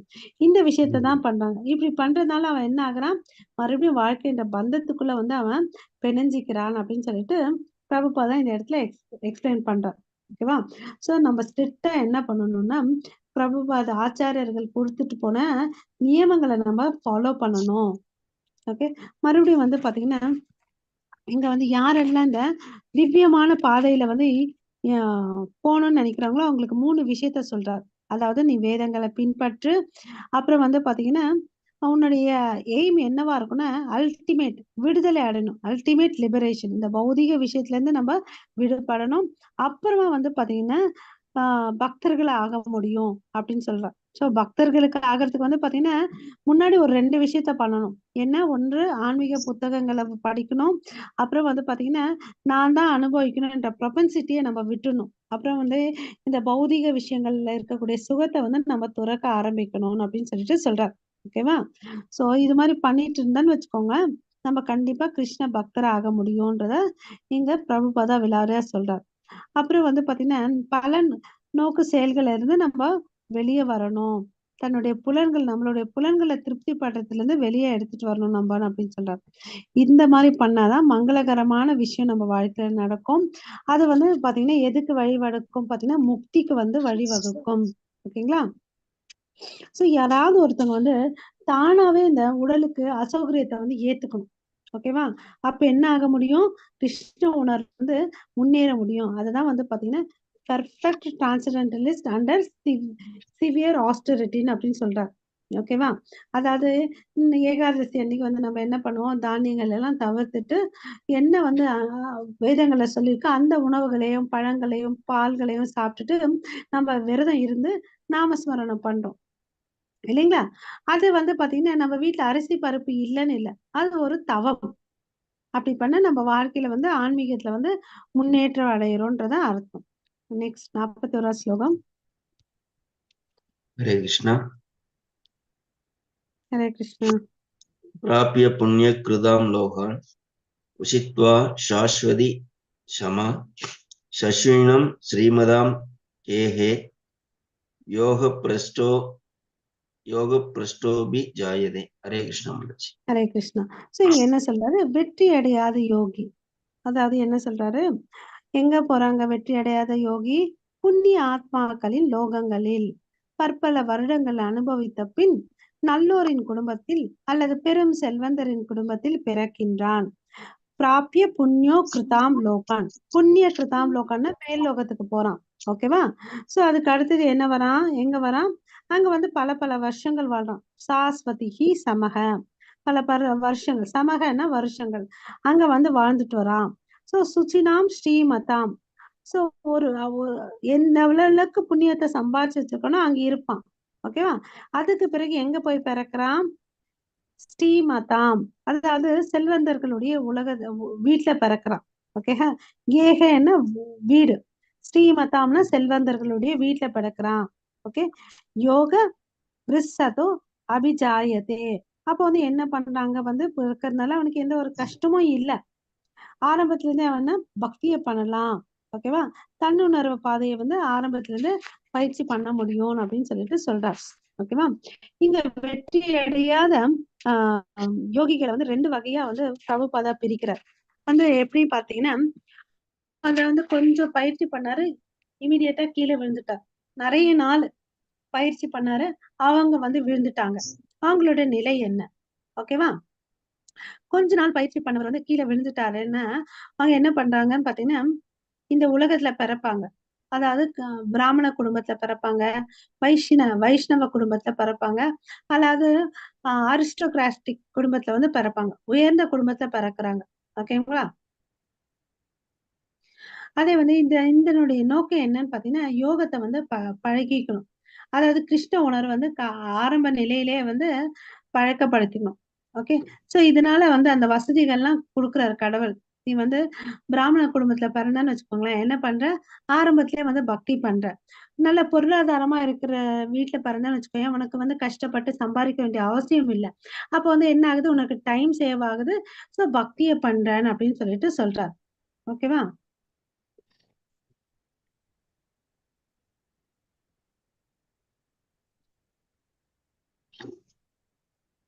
சோ இதுதான் பலன். ஓகே, நம்ம கொஞ்சம் பண்ணா கூட என்ன இருக்குது, நமக்கு வந்து பேங்க் பாஸ்புக்ல வந்து கேரி ஃபார்வர்ட்னு அப்படின்னு நம்ம பிரிண்ட் எடுத்தோம்னு வச்சுக்கோங்களேன், கேரி ஃபார்வர்ட்னு இருக்கு இல்லையா, அது மாதிரி கொஞ்சம் பண்ணா கூட நமக்கு லாபம் தான் இருக்கு தவிர நஷ்டம் எதுவுமே இல்ல அப்படின்றத நம்ம நல்லா புரிஞ்சுக்கணும். ஹரே கிருஷ்ணா. ஹரே கிருஷ்ணா. அதவா யோகினாம் ஏவ குலே பவதி மதாம் ஏதத் ஏதத் திதுர்பலதரம் லோகே ஜன்மயத் ஈத்ருஷம். ஹரே கிருஷ்ணா மாதாஜி. ஹரே கிருஷ்ணா. அப்போ வந்து இங்க என்ன சொல்றாரு, நீண்ட கால பயிற்சிக்கு பின் வெற்றி அடையாதவர் அறிவில் சிறந்து விளங்கும் ஆன்மீகளின் குலத்தில் பிறப்பது உறுதி. நீண்ட நாள் பயிற்சி பண்ணவங்க எங்க பண்றாங்க, ஆன்மீக குலத்துல பிறக்கிறாங்க. இத்தகு பிறவி வந்து பாத்தீங்கன்னா நிச்சயமாக இவ்வுலகில் மிக அரிதானது. ஓகே, போன ஸ்லோகத்துல என்ன பண்ணோம், கொஞ்ச காலத்துல வந்து வீழ்ச்சி அடைந்தாங்கன்னா அவங்க வந்து பிராமண குடும்பத்திலயோ வைஷ்ணவ குடும்பத்திலயோ உயர்ந்த நாகரிகம் இருக்கக்கூடிய அரிஸ்டாட்டிக் ஃபேமிலி, அது தமிழ்ல என்ன சொல்றது, ஆச்சாரன்னு நிறைய கடைபிடிப்பாங்க இல்லையா, அந்த மாதிரி குடும்பத்துல பிறப்பாங்க. நீண்ட காலத்துல வந்து பயிற்சி பண்றவங்க எந்த குடும்பத்துல பிறக்கிறாங்கன்னு பாத்தீங்கன்னா குலத்துல பிறக்கிறாங்க. அது வந்து உறுதி. இது மாதிரி நடக்கிறது வந்து ரொம்ப ரொம்ப ரேருன்னு வேற சொல்லிட்டார். ஓகேவா? சோ இதுக்கெல்லாம் வந்து உதாரணம் பாத்தீங்கன்னு வச்சுக்கோங்களேன், நம்ம ஆச்சாரியார் குடும்பத்துல வந்து நம்ம குரு பரம்பரை பார்த்தோம். அதாவது பக்தி வினோத் தாக்கூருடைய மகன் வந்து பாத்தீங்கன்னா ஸ்ரீமத் பக்தி சித்தாந்த சரஸ்வதி கோஸ்வாமி மகாராஜ். ஓகேவா? சோ அவர் வந்து பாத்தீங்கன்னா ரொம்ப ரொம்ப ஹம்பிளா இருப்பார். ஓகேவா? அவர் வந்து பாத்தீங்கன்னா கடவுளுடைய அனுகிரகத்தால அந்த குடும்பத்துல பிறந்தார். பக்தி வினோத் தாக்கூர் வந்து பாத்தீங்கன்னா இந்த பௌதிக விஷயத்துல பார்த்தா அவர் ஒரு மேஜிஸ்ட்ரேட். பூரி ஜெகநாத் டெம்பிள் அவர் தான் வந்து தலைமை தாங்கி வழி நடத்திட்டு வந்தாரு. அப்ப நிறைய அபசமத்தாயம் எல்லாம் இருந்துச்சு, அது எல்லாத்தையும் ஒழிச்சு கட்டினவர் அவர் தான். ஓகேங்களா? சோ அது மாதிரி உயர்ந்த குடும்பத்துல பிறக்கக்கூடிய சந்தர்ப்பம் அவங்களுக்கு கிடைக்குது. சோ அவங்களும் என்ன பண்றாரு, அப்பா மாதிரி அவரு 7 வயசுல வந்து பகவத்கீதையில இருக்கக்கூடிய 700 ஸ்லோகங்களையும் சொன்னார். அப்பா வந்து எப்படி வந்து பிரிண்ட் பண்ணி ப்ரூஃப் ரீடிங் எல்லாம் பண்ணி புக் டிஸ்ட்ரிபியூஷன் பண்ணி வாதங்கள் எல்லாம் பண்ணாரோ, அது பக்திக்கு வந்து தேவையான விஷயத்த பண்ணார். அதே மாதிரி இவரும் பண்ணார். ஓகேங்களா? அவர்தான் வந்து யாருன்னு பாத்தீங்கன்னா நம்மளுடைய பிரபுபாதாவுடைய குரு. ஓகே, குறுகிய பயிற்சியில் வீழ்ச்சி விட்ட யோகி வந்து என்ன பண்றாங்க, உயர் லோகத்துக்கு போறாங்க. சொர்க்கத்துல போயிட்டு அனுபவிச்சுட்டு மறுபடியும் கீழே வந்து பிறக்குறாங்கன்றத பார்த்தோம். நீண்ட கால பயிற்சி பண்ணவங்க வந்து எங்க பிறக்குறாங்க, ஆன்மீகவாதிகளின் குடும்பத்துல பிறக்குறாங்க. இது உறுதி. சோ அதனால நம்ம நினைக்க வேண்டாம், அச்சோ நான் நேத்து 2 நாள் பண்ண ஜபம் இன்னைக்கு பண்ணலன்னு அப்படின்னு சொல்லிட்டு. பட் முயற்சி பண்ணணும். டெய்லி நம்ம வந்து ஜபத்தை வந்து நம்ம பண்ணணும். ஏன்னா நம்ம ஆரம்பத்திலே இந்த செகண்ட் லெவல் பண்ணும்போது எத்தனை ரவுண்ட் பண்றோம்னு சொல்லிட்டு உறுதி எடுத்தோம். மாதாஜி சொல்லுங்க. ஹரே கிருஷ்ணா. ஹரே கிருஷ்ணா மாதாஜி. எத்தனை ரவுண்ட் எடுக்கிறோம்னு சொல்லிட்டு உறுதிமொழி எடுத்தோம். 2 ரவுண்டு. 2 ரவுண்ட் இல்லையா, அத வந்து உறுதியா கடைபிடிக்கணும். பண்ணிட்டு இருக்கீங்களா மாதாஜி? இல்ல மாதாஜி, 1 ரவுண்ட் தான் எடுக்கிறேன் மாதாஜி. பண்ணணும் மாதாஜி. ஓகே அப்ப நம்ம மாதாஜி. என்ன பண்ண முடியும், படிப்படியா முன்னேறணும் நம்ம பக்தியில இல்லையா. கண்டிப்பா மாதாஜி. முடியும், முயற்சி பண்ணுங்க. ஓகே. ஓகே. நீங்களும் பிரபு, நீங்களும் 2 ரவுண்டுக்கு வரணும். ஓகேங்களா? மாதாஜி 8 இந்த ரவுண்ட் ஸ்லோகம் போயிட்டு படிங்க. இருக்கு. என்னங்க? ஹரே கிருஷ்ணா. 8 ரவுண்ட் பண்ணிட்டு இருக்கு மாதாஜி. 8 ரவுண்ட் பண்ணிட்டு இருக்கு மாதாஜி. ஹரி போல், ஹரி போல். ஹரி போல். தத்ரதம் புத்திம் சம்யோகம் லபதே பௌரவ தேகிகம் எததே ததோ பூதஸ்ய சம்சித்தௌ குரு நந்தன. ஹரே கிருஷ்ண மாதாஜி. ஹரே கிருஷ்ணா. குரு மைந்தனே, அத்தகு பிறவியை அடைபவன் தனது முந்தைய பிறவியின் திவ்ய உணர்வினை மீண்டும் பெற்று பூரண வெற்றியை அடைவதற்காக அந்நிலையில் இருந்து மேலும் முன்னேற்றம் அடைய முயல்கிறான். சோ இங்க என்ன சொல்றாரு, கிருஷ்ணரை வந்து குரு நந்தனன் அப்படின்னு சொல்லிட்டு இங்க வந்து கிருஷ்ணர் வந்து ஒரு வார்த்தை யூஸ் பண்றார், குரு நந்தன. அதாவது யாரையா சொல்றாங்க, ஓ சன் ஆஃப் குரு. ஓகேங்களா? சோ அவனுக்கு என்ன நடக்குது, புத்தி சம்யோகம். புத்தி சம்யோகம்னா ஏற்கனவே அவன் மனசுல இருக்கிறத வந்து கடவுள் வந்து ஞாபகத்துக்கு எடுத்துட்டு வர்றார். அதனால என்ன ஆகுது, அவனுக்கு லாபமாக அடையுது. பௌர்வ தேகிகம்.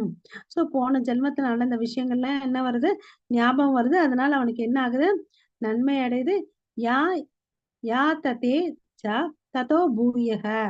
அவன் பண்ணக்கூடிய செயல்ல வந்து அவனுக்கு என்ன ஆகுது, மறுபடியும் நல்ல நினைவாற்றல் வந்து சம்சித்தோ. சம்சித்தோன்னா என்ன ஆகுறான், பர்ஃபெக்ட் ஆகுறான். ஓகே, முழுமை அடைகிறான்.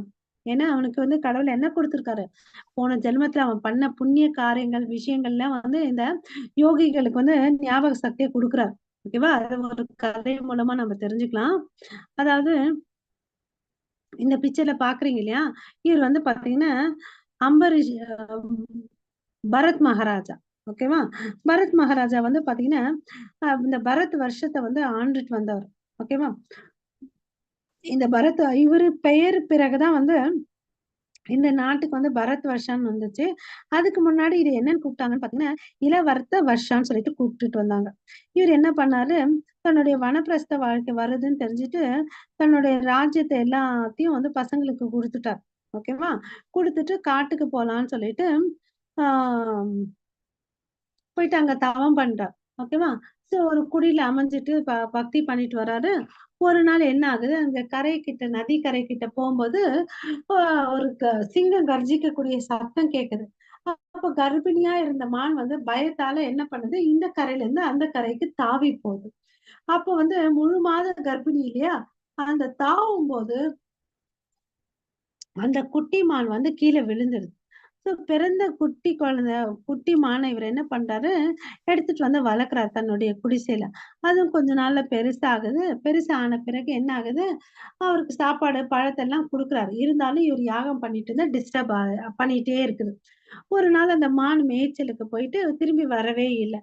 என்னடா மானு வரலையே வரலையேன்னு இவருக்கு ஏக்கம். சாயங்காலம் ஆயிடுச்சு, அங்க வந்து வெளிச்சம் இருக்காது இல்லையா, அதனால அவர் சரி நாளைக்கு போய் தேடலாம்னு சொல்லிட்டு நினைச்சிட்டு உட்கார்ந்துட்டு இருக்காரு. பட் வருத்தத்தோட இருக்காரு. ஏன்னா மான் மேல பற்றுதல் வந்துடுச்சு அவருக்கு. அரசாங்கத்தை எல்லாத்தையும் திறந்துட்டாரு. பட் வந்து எங்க அண்ணாச்சு மான் மேல பற்றுதல் வச்சுட்டாரு. சோ தேடி போறார். தேடி போற சமயம் தன்னுடைய மரண காலம் வருது. பட் மனசுல எதை நினைச்சிட்டு இருக்காரு, மானதான் நினைச்சிட்டு இருக்காரு. அதனால அடுத்த ஜென்மத்தை என்ன ஆகுது, மானா பிறக்கிறாரு.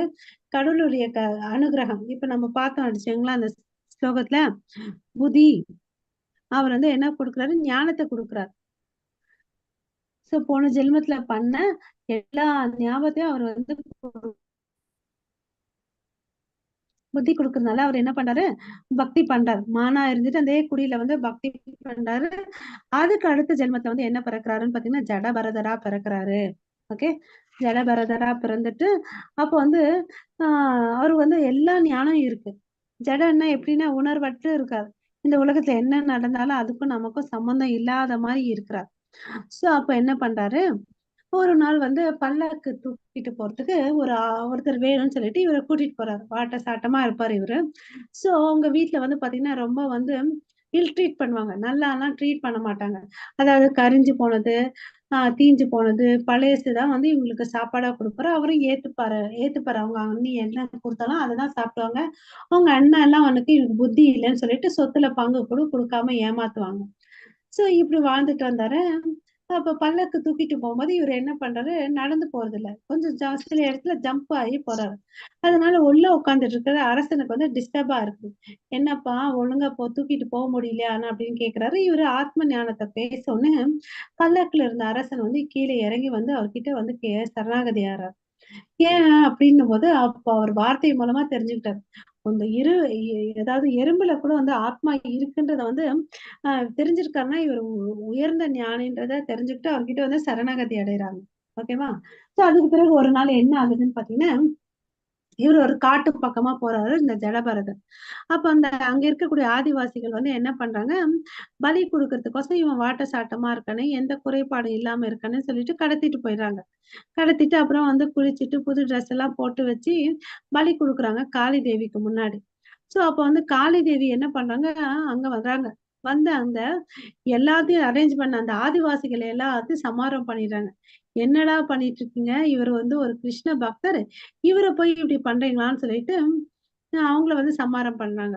சோ இங்க வந்து பாத்தீங்கன்னா இவர் 3 ஜென்மம் எடுக்கிறார். அதுக்கு பிறகு கிருஷ்ணரை வந்து புரிஞ்சுக்கிறாரு, அவர்கிட்ட போறார். ஓகேவா.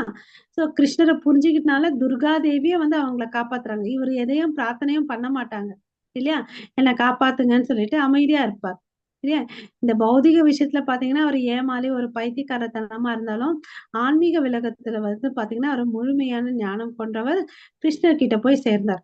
அது மாதிரி மனப்பக்குவம் இங்க பாத்தீங்கன்னா பரத் மகாராஜா என்ன பண்ணாரு, அரசாங்கத்தையும் ராஜ்யத்தையும் தன்னுடைய வசதிகள் எல்லாத்தையும் துறந்துட்டு என்ன பண்ணாரு, ஆசிரமத்துல வாழ்ந்தார் இல்லையா. அப்ப வந்து தவறுதலா மான் மேல பற்றுதல் வச்சார். அந்த மாதிரி நம்மளும் வந்து பற்றுதல், தேவையில்லாத பற்றுதலை நம்ம மனசுல இருந்து எடுத்துடணும் இல்லையா. வனப்பிரஸ்த வாழ்க்கைக்கு போனோம்னா அவரை கிருஷ்ணரை தான் நினைச்சிருக்கோம். பட் தவறுனாலும் கிருஷ்ணர் வந்து என்ன கொடுத்தாரு, ஞானத்தை கொடுத்தார், ஞாபக சக்தியை கொடுத்தார். போன ஜென்மத்தை என்னெல்லாம் நீ பண்ணிட்டு இருந்தியோ தத்ரதாம் புத்தி சம்யோகம் லாபத்தே பௌர்வ தேகிகம், உனக்கு வந்து லாபத்தை கொடுக்கக்கூடிய போன ஜென்மத்துல பண்ணியிருந்த ஞாபக சக்தி எல்லாம் உனக்கு கொடுக்குறேன் அப்படின்னு சொல்லிட்டு கொடுத்தாரு. அதனால அவர் என்ன ஆனாரு, வெற்றி அடைந்தார். ஓகேவா. இதுதான் வந்து 43 ஸ்லோகம் பிரபுபாதா வந்து சொல்றார். யாரும் இந்த பயிற்சியில வந்து நஷ்டம் அடைகிறதே இல்ல. ஓகேங்களா. 44 ஸ்லோகம் பாடிங்க. ஹரே கிருஷ்ணா. हरे कृष्ण माताजी। पूर्वाप्यासेन तेनैव इक्कृत्ये इक्यवासोऽभिस जिज्ञासुरभियोगस्य शब्द रग्मादि वर्धते। हरे कृष्ण माताजी। ஹரே கிருஷ்ணா. சோ தனது பூர்வ ஜென்ம திவ்ய உணர்வின் காரணத்தால் கொள்கைகளை நாடாமலேயே அவன் அவற்றால் இயற்கையாகவே கவரப்படுகிறான். அத்தகைய ஆர்வமுடைய ஆன்மீகி எப்பொழுதும் சாஸ்திரங்களின் சடங்குகளில் இருந்து உயர்ந்து நிற்கிறான். ஓகேவா. சோ இவர் வந்து எதையும் தனியா போயிட்டு ஒரு ட்ரைனிங், ஒரு கோச்சிங் கிளாஸுக்கு போகணும்னு அவசியமே இல்லை. ஏன்னா அவன் இயற்கையா இதுல வந்து அட்ராக்ட் ஆயிருக்கான் இல்லையா.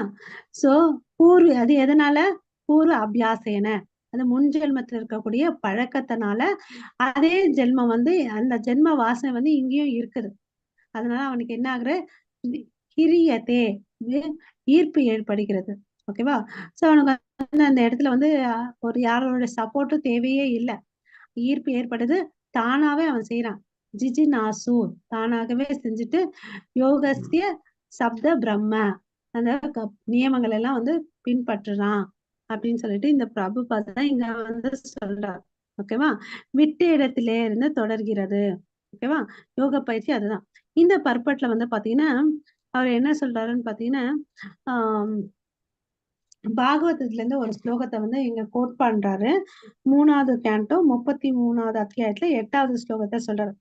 அஹோபத ஸ்வபாச்சோ தோ கரியான் யச்சி யச்சி வாக்ரே வர்த்ததே நாம துப்யம் தேபுஸ் தபஸ்து ஜுஹுஹு ஜுஹுஹு சாஸ்னுர் அர்யா பிரம்மாணுச்சுர் நாம கிரணந்தி ஏதே.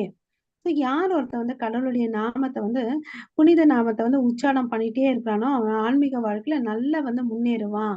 அவன் ஈவன் நாய் மாம்சம் உண்ணக்கூடிய சண்டால குடும்பத்துல பிறந்திருந்தா கூட நாமஸ்மரணம் பண்ண அவன் வந்து முன்னேறுவான் அப்படின்னு சொல்லிட்டு சொல்றார். அதுக்கு வந்து பாத்தீங்கன்னா இங்க ஒரு உதாரணம் பிரபுபாதா என்ன கோட் பண்ணிருக்காருன்னா, சைத்தன்ய மகாபிரபு வாழ்ந்த காலத்துல ஹரிதாஸ் தாக்கூர் ஒருத்தர் வாழ்ந்தார். அவர் வந்து பாத்தீங்கன்னா அவருடைய முக்கியமான ஒரு சிஷ்யர்கள ஒருத்தர். ஓகேவா. அவர் வந்து பாத்தீங்கன்னா அவருடைய கால கர்மத்தின் இதால அவர் வந்து முசல்மான் குடும்பத்துல பிறக்கிறார். ஓகேவா. முசல்மான் குடும்பத்துல பிறந்தாலும் பாத்தீங்கன்னா அவர் 3 லட்சம் முறை நாமத்தை வந்து உச்சாரணம் பண்றார். அதனால சைத்தன்ய மகாபிரபு சாட்சாத் கிருஷ்ணரே அவருக்கு என்ன ஒரு பட்டத்தை கொடுக்குறாருன்னா நாமா ஆச்சாரியா, நாமத்துக்கு வந்து ஆச்சாரியரா இருக்க, உன்ன மாதிரி யாராலும் நாம ஜபம் பண்ண முடியாது, நீ வந்து உனக்கு இந்த பட்டத்தை கொடுக்குறேன்னு அப்படின்னு சொல்லிட்டு கொடுக்குறாரு. ஓகேவா. சோ அப்ப வந்து பாத்தீங்கன்னா இங்க வந்து பிறப்பு, குலம், ஜாதின்றது ஒரு இம்பார்ட்டனே இல்லை. ஏக்க ஏன்னா அவர் நாம ஜபத்தை வேதங்கள்ல உள்ள என்ன சொல்லிருக்குது, கடவுளை நீ நித்தியமா ஸ்மரணம் பண்ணுன்னு அப்படின்னு சொல்றாரு இல்லையா. அவர் நித்தியமா பண்றதுனால அவர் போன ஜென்மத்தை என்னெல்லாம் பண்ணியிருந்தாரோ அதெல்லாம் பாவங்களும் போயிடுது. ஓகேவா. சோ அதான் இங்க வந்து என்ன சொல்றாங்கன்னா சப்த பிரம்மன். ஏன்னா அவர் எப்பவுமே கடவுளுடைய நாமத்தை சொல்லிக்கிட்டே இருக்கிறாரு. இப்ப இப்படி சொல்லிட்டு இருக்கிறதுனால ஆட்டோமேட்டிக்கா என்ன ஆகுறாரு, அவர் சுத்திகப்படுகிறார், சுத்தமாகுது, பியூரிஃபை ஆகுறார். ஓகே. சோ நம்ம சிம்பிளா இந்த மகா மந்திரத்தை எடுத்துட்டே வந்து நம்ம வாழ்க்கையில முன்னேறலாம். 45வது ஸ்லோகம். ஹரே கிருஷ்ணா. ஹரே கிருஷ்ணா மாதாஜி. இப்ரயத்னாத் ஆத்மானஸ்து யோகிஷம் சுத்த கில்பிஷ அநேக ஜன்மசம் சித்திஸ்ததோ யாதி பராம் கதிம். ஹரே கிருஷ்ணா மாதாஜி. ஹரே கிருஷ்ணா. மேலும் முன்னேற்றம் பெறுவதற்கான தீவிர முயற்சியில் ஈடுபடும் யோகி எல்லா கலங்கங்களிலிருந்தும் தூய்மை பெற்று இறுதியில் அநேக ஜென்மங்கள் பயின்ற பிறகு பரமபகதியை அடைகிறான். இங்க வந்து என்ன சொல்றாரு, அநேக ஜென்மம் 3வது வழியில இருக்கு இல்லையா, அநேக ஜென்ம சம்சித்தாஸ் ததோயாதி பரம்கதி. அவனுடைய இறுதி இலக்கு பரம்கதி, அதை வந்து அடையிறான். ஓகே. சோ ஒரு நாள் 2 நாள் எல்லாம் இது நடக்காது இல்லையா. ஏன்னா நம்ம மூட்டை மூட்டையா வச்சிருக்கிறோம் எல்லாத்தையும். ஓகே. சோ இந்த யோகி என்ன பண்றான், சின்சியரா வந்து முயற்சி பண்றான், தீவிர முயற்சி. அதாவது ஃபர்ஸ்ட் லைன்ல இருக்கு பாருங்க, பிரயத்னாத், அதாவது பயிற்சி. ஓகே. யதா மனஸ்து யோகி சம்சுத்த, யதா மனக, அவனுடைய முயற்சி பண்றதுனால அவன் என்ன ஆகுறான், பரம் கதி அடைகிறான். ஓகேங்களா. சோ இது வந்து எல்லாராலையும் முடியும், யாருக்குமே ஒருத்தவங்களுக்கு தான் இவங்கதான் பண்ண முடியும் அப்படியெல்லாம் ஒண்ணுமே இல்லை. எப்படி மற்றும் எப்போது யோகி தனது இறுதி இலக்கை அடைகிறான், இது ஒரு கேள்வி. ஓகேவா. பற்பல பெயர்வு எப்போது எப்படின்னு பாத்தீங்கன்னா, பற்பல பிறவிகள் பயின்ற பிறகு நேர்மையான முயற்சி செய்து, ஓகே, அனைத்து கலங்கங்களிலிருந்தும் தூய்மை அடைந்த பிறகுதான் என்ன ஆகுதுன்னா பரம இலக்க அடைகிறான். ததோயாதி பரம் கதிம். கண்டிப்பா அவன் வந்து இலக்க அடையிறான்றதுல வந்து சந்தேகமே இல்லை. சோ இப்ப வந்து பாத்தீங்கன்னா நம்ம எதை முடிச்சிருக்கோம், 3 பகுதிகளை முடிச்சிருக்கோம். வெற்றி அடையாத யோகியின் கதி வரையும் முடிச்சிருக்கோம் இல்லைங்களா. இப்ப வந்து பாத்தீங்கன்னா மிக உயர்ந்த யோகியானவன் பத்தி நம்ம பார்க்க போறோம். இந்த வந்து பாத்தீங்கன்னா ஒரு நிமிஷம், இந்த பர்பட்ல பிரபுபாதம் என்ன சொல்லியிருக்காருன்னு பாத்துரு. இந்த வந்து பாத்தீங்கன்னா இந்த அவன் வந்து வெற்றி அடையறான்னு பார்த்தோம் இல்லைங்களா. பகவத்கீதையில இருந்து ஒரு கோட்பாடு என்ன சொல்லியிருக்காருன்னு பாத்தீங்கன்னா, ஏஷாம் துவந்த கதம் பாபம் ஜனனாம் புண்ணிய கர்மானாம் தே துவந்த மோக நிர்முக பஜந்தே மாம் திருட பிரதக. பற்பல பிறவிகளுக்கு அப்பாறு இந்த புண்ணிய காரியங்களால அவன் என்ன பண்றான், முழுமையாக இந்த பாவங்களிலிருந்தும் கலங்கங்களிலிருந்தும் விடுதலை அடைஞ்சு இரட்டிப்பிலிருந்து வெளியே வரான். அப்ப வந்து நித்தியமா கடவுளுடைய சேவையில ஈடுபடுத்தி இருக்கிறான் அப்படின்னு சொல்லிட்டு சொல்றார் பர்பட்ல பிரபுபாதம். இந்த 46வது ஸ்லோகம் படிங்க. தபஸ் விபு. ஹரே கிருஷ்ணா. ஹரே கிருஷ்ணா மாதாஜி. ஹரே கிருஷ்ண மாதாஜி. தபஸ்விப் யோ அதிகோ யோஹி ஞானி யோ அபிமதோ அதிக கர்மிப் யஸ் சாதிகோ யோகி தஸ்மாத் யோகி படிவார்ஜுன. ஹரே கிருஷ்ணா. இங்க என்ன சொல்றாரு பாத்தீங்கன்னா, அர்ஜுனனுக்கு தவம் புரிபவன் ஞானி மற்றும் பலனை எதிர்பார்த்து செயல்படுபவனை காட்டிலும் யோகி சிறந்தவன். ஓகேவா. சோ யாரெல்லாம் காட்டிலும் யோகி சிறந்தவன், தவம் புரிபவன் ஞானி பலன்களை எதிர்நோக்கி செய்பவனை காட்டிலும் யோகி சிறந்தவன். எனவே அர்ஜுனா எல்லா சூழ்நிலைகளிலும் யோகியாக இருப்பாய் அப்படின்னு சொல்றார். சோ நீ யோகியா இருப்பான் அப்படின்னு சொல்லிட்டு அட்வைஸ் கொடுக்கிறார். பர்பட்ல பிரபுபாதா என்ன சொல்றாருன்னு பார்க்கலாம். தஸ்மாத் யோகி பவ அர்ஜுனா, இதுதான் வந்து லாஸ்ட் லைன். ஓகேவா. சோ நீ யோகியா இருப்பா, அது வந்து அவருக்கு மாத்திரம் சொல்றாரா, இல்ல நமக்கு எல்லாருக்கும் சேர்த்து சொல்றார். ஏன்னா நம்ம எல்லாரும் அர்ஜுனனுடைய ரோல் பிளே தான் பண்ணிட்டு இருக்கோம் இல்லையா. சோ இங்க வந்து பாத்தீங்கன்னா யோகான்ற வார்த்தைக்கு நமக்கு எல்லாருக்கும் பொருள் தெரியும், அதாவது இணைக்கிறது. கடவுளையும் இந்த ஜீவாத்மாவையும் பரமாத்மாவையும் இணைக்கிறதாம். இது எப்படி எப்படி இருக்குன்னு பாத்தீங்கன்னா பல வகையான யோகங்களை சொல்லியிருக்காரு. செயல்கள் மூலமா அவருடைய நம்ம பந்தப்படுத்திக்கிட்டோம்னு வச்சுக்கோங்களேன், தொடர்பு கொண்டா அது கர்மயோகம். ஞானத்தை மூலமா தெரிஞ்சுக்கிட்டோம், அவரை வேதங்களை படிச்சு மூலமா தெரிஞ்சுக்கிட்டோம், அது ஞான யோகம். அதே கடவுளுக்கும் எனக்கும் ஏதோ ஒரு பக்தி மூலமா தொடர்பு கொண்டு அது பக்தி யோகம் இல்லையா? பக்தி யோகம் தான் சிறந்தது, சுலபமானது, நமக்கு தெரியும். ஏன்னா இதுதான் வீழ்ச்சி இல்லை, ஆனா பெஸ்ட் ரிசல்ட் இருக்கும் இதுல. ஓகேவா? இதெல்லாம் பாத்தீங்கன்னா ஒரு யோகி இவர்களை எல்லாம் விட சிறந்தவர். ஏன்னா தபஸ்வி, தவம் புரிபவன் பாத்தீங்கன்னா அவனுக்கு ஆத்ம ஞானம் இல்லை, எனக்கு இது வேணும் அதை அடையணும் அப்படிதான் பண்ணுவார் இல்லையா? நம்ம அதுக்கு உதாரணம் எல்லாம் பார்த்தோம் இல்லையா? இரண்யகசிப்பு எல்லாம் பார்த்தோம். ஞானி என்ன பண்ணுவான் பாத்தீங்கன்னா, பகவானிடம் சரணடையாத ஞானம் பக்குவமற்றது, நிறைய புக்ஸ படிப்பான். அவனோட அறிவாளித்தனத்தை எல்லாருக்கும் காமிக்கிறதுக்கோசம் படிப்பான். சோ அது வேஸ்ட். கடவுள்கிட்ட நம்ம சரணாகதி ஆகணும், இல்ல எல்லாமே வேஸ்ட். ஓகேவா? கர்மிகள் என்ன பண்ணுவாங்க? கர்ம யோகம்னு சொன்னோம் இல்லையா? பல நோக்கு செயல்களை பண்ணுவாங்க. எனக்கு காசு வேணும், குழந்தை வேணும்ன்றதுக்கோசம் சில யாக யக்னங்களை பண்ணுவாங்க இல்லையா? இதெல்லாம் வேஸ்ட்ப்பா அப்படின்னு சொல்லிட்டு சொல்றார். ஹரே கிருஷ்ணா. லாஸ்ட் ஸ்லோகம். யோகினாம் ஹரே கிருஷ்ண மாதாஜி. யோகி நாமவி சர்வேஷாம் மத்யதேனார்த்தராத்மனா ஸ்ரத்தாவான் பஜதே யோ மாம் சமே யுக்ததமோ மதஹ. ஹரே கிருஷ்ண மாதாஜி. ஹரே கிருஷ்ணா. மேலும் எல்லா யோகிகளும் மத்தியில் எவன் ஒருவன் பெரும் நம்பிக்கையுடன் எப்போதும் எண்ணில் நிலைத்து தன்னுள் என்னையே எண்ணி எனக்கு திவ்யமான அன்பு தொண்டு புரிகின்றானோ அவனே யோகத்தால் என்னுடன் மிகவும் நெருங்கியவனும் எல்லாரையும் விட உயர்ந்தவனும் ஆவான். இதுவே எனது அபிப்பிராயம். சோ கிருஷ்ணர் என்ன சொல்றாரு? அதாவது யோகினம் ஃபர்ஸ்ட், அபி சர்வேஷம், யோகிகளில யார் சிறந்தவர் பாத்தீங்கன்னா சர்வேஷம் சிறந்தவர். ஓகே. மத்கதேனா எப்போது என்னுள் நிலைத்து அந்தக ஆத்மான அந்த ஆத்மால என்ன பத்தியே நினைச்சிட்டு, ஓகே, ஃபர்ஸ்ட் அவருக்குள்ள நம்ம இருக்கணும். மத்கதேன அந்தக ஆத்மன அவரை பத்தி நினைக்கணும். ஸ்ரத்தவான் எப்படி? ஏனோ தானோ இல்ல, முழு நம்பிக்கையுடன். ஓகேவா? பஜதே யோமாம் எனக்கு சேவைகளை செஞ்சுட்டு அன்பு சேவையை செஞ்சுட்டு இருக்க எப்படி அடைகிறான்? யுக்த ஆத்மக. ஓகே. அவனை நான் என்ன சொல்றேன்னு நினைக்கிறேன்னு பாத்தீங்கன்னா சிறந்த யோகி, அவனுக்கு எனக்கு ரொம்ப நெருங்கிய யோகி ஆகிறான் அப்படின்னு சொல்லிட்டு சொல்றார். ஓகேவா? சோ யார் எல்லா யோகிகள் மத்தியில் சிறந்தவர்? ஒரு கேள்வி. ஒரு பக்தர், பஜத்தே.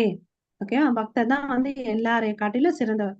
கிருஷ்ணரிடம் பெரும் நம்பிக்கை கொண்டு கிருஷ்ணரில் நிலைத்து அடைக்கலம் எடுத்து எப்போதும் அவரை எண்ணிய திவ்யமான அன்பு தொண்டு புரிகின்றானோ அவனே ஒரு பக்தன் அப்படின்னு சொல்லிட்டு சொல்றார். எல்லா யோகங்களிலும் பக்தி யோகத்தில் உள்ள பக்தி என்ன நிலைக்கு வருவதற்கு முறைகளே ஆகும். எல்லாமே எதுக்கு கடவுள் வச்சிருக்காருன்னா பற்பல விஷயங்களை ஏன் வச்சிருக்காருன்னு ஒரு கேள்வி வரலாம். ஏன் ஒன்னே சொல்லிட்டு போக கூடாதா? ஏன் இத்தனை குழப்பணும்னு சொல்லிட்டு கேள்வி கேட்கலாம் நம்ம. ஏன்னா இந்த மனிதர்கள் நம்ம கையில பாத்தீங்கன்னா விரல்கள் ஒன்னொன்னும் ஒரு மாதிரி இருக்கு. பட் எல்லா விரல்களும் வேணும். ஆமாவா இல்லையா? அது மாதிரி இந்த உலகத்துல பார்த்தோன்னு வச்சுக்கோங்களேன், மனிதர்கள் பல வகை. இந்த உலகத்தை விட்டுருங்க, நம்ம வீட்லயே பாத்தீங்கன்னா ஒருத்தர் ஒரு மாதிரி. ஆமாவா இல்லையா? இல்லையா? சோ அது மாதிரி எல்லாருடைய மனோபாவத்துக்கு ஏத்த மாதிரிதான் இந்த வழிகளை அவர் சொல்லியிருக்காரு. அதாவது சில பேர் என்ன பண்ணுவாங்க, நான் கடமையே கண்ணாயிரம்பான் அப்படின்னு சொல்லுவாங்க இல்லையா? அவங்களுக்கு கர்ம யோகத்தையும் நான் படிச்சு எல்லாத்தையும் தெரிஞ்சுக்கணும், அப்பதான் யாரு சொல்றதை நம்ப மாட்டேன் அப்படின்னு கொஞ்சம் பேர் இருப்பாங்க. அவங்களுக்கு ஞான யோகமும், அப்புறம் சில பேர் நான் தியானம் பண்ணணும், கடவுளை எனக்குள்ள இருக்கிற கடவுளை நான் தியானம் பண்ணணும்னு சொல்லிட்டு இந்த அஷ்டாங்க யோகிகள் நினைப்பாங்க இல்லையா? அவர் தியானம் பண்ணுவாங்க. இதெல்லாம் கடைசியா எங்க போய் நிக்குதுன்னு பாத்தீங்கன்னா, கடைசியா போயிட்டு யார போய் சேருது? பக்தி யோகம். சாப்பாடு எடுத்து கையில நேரா வச்சாலும் வாய்க்கு தான் போகும், தலையை சுத்தி எடுத்துட்டு வந்தாலும் அது வாய்க்கு தான் போகும், வயிறு தான் நிறையணும் இல்லையா?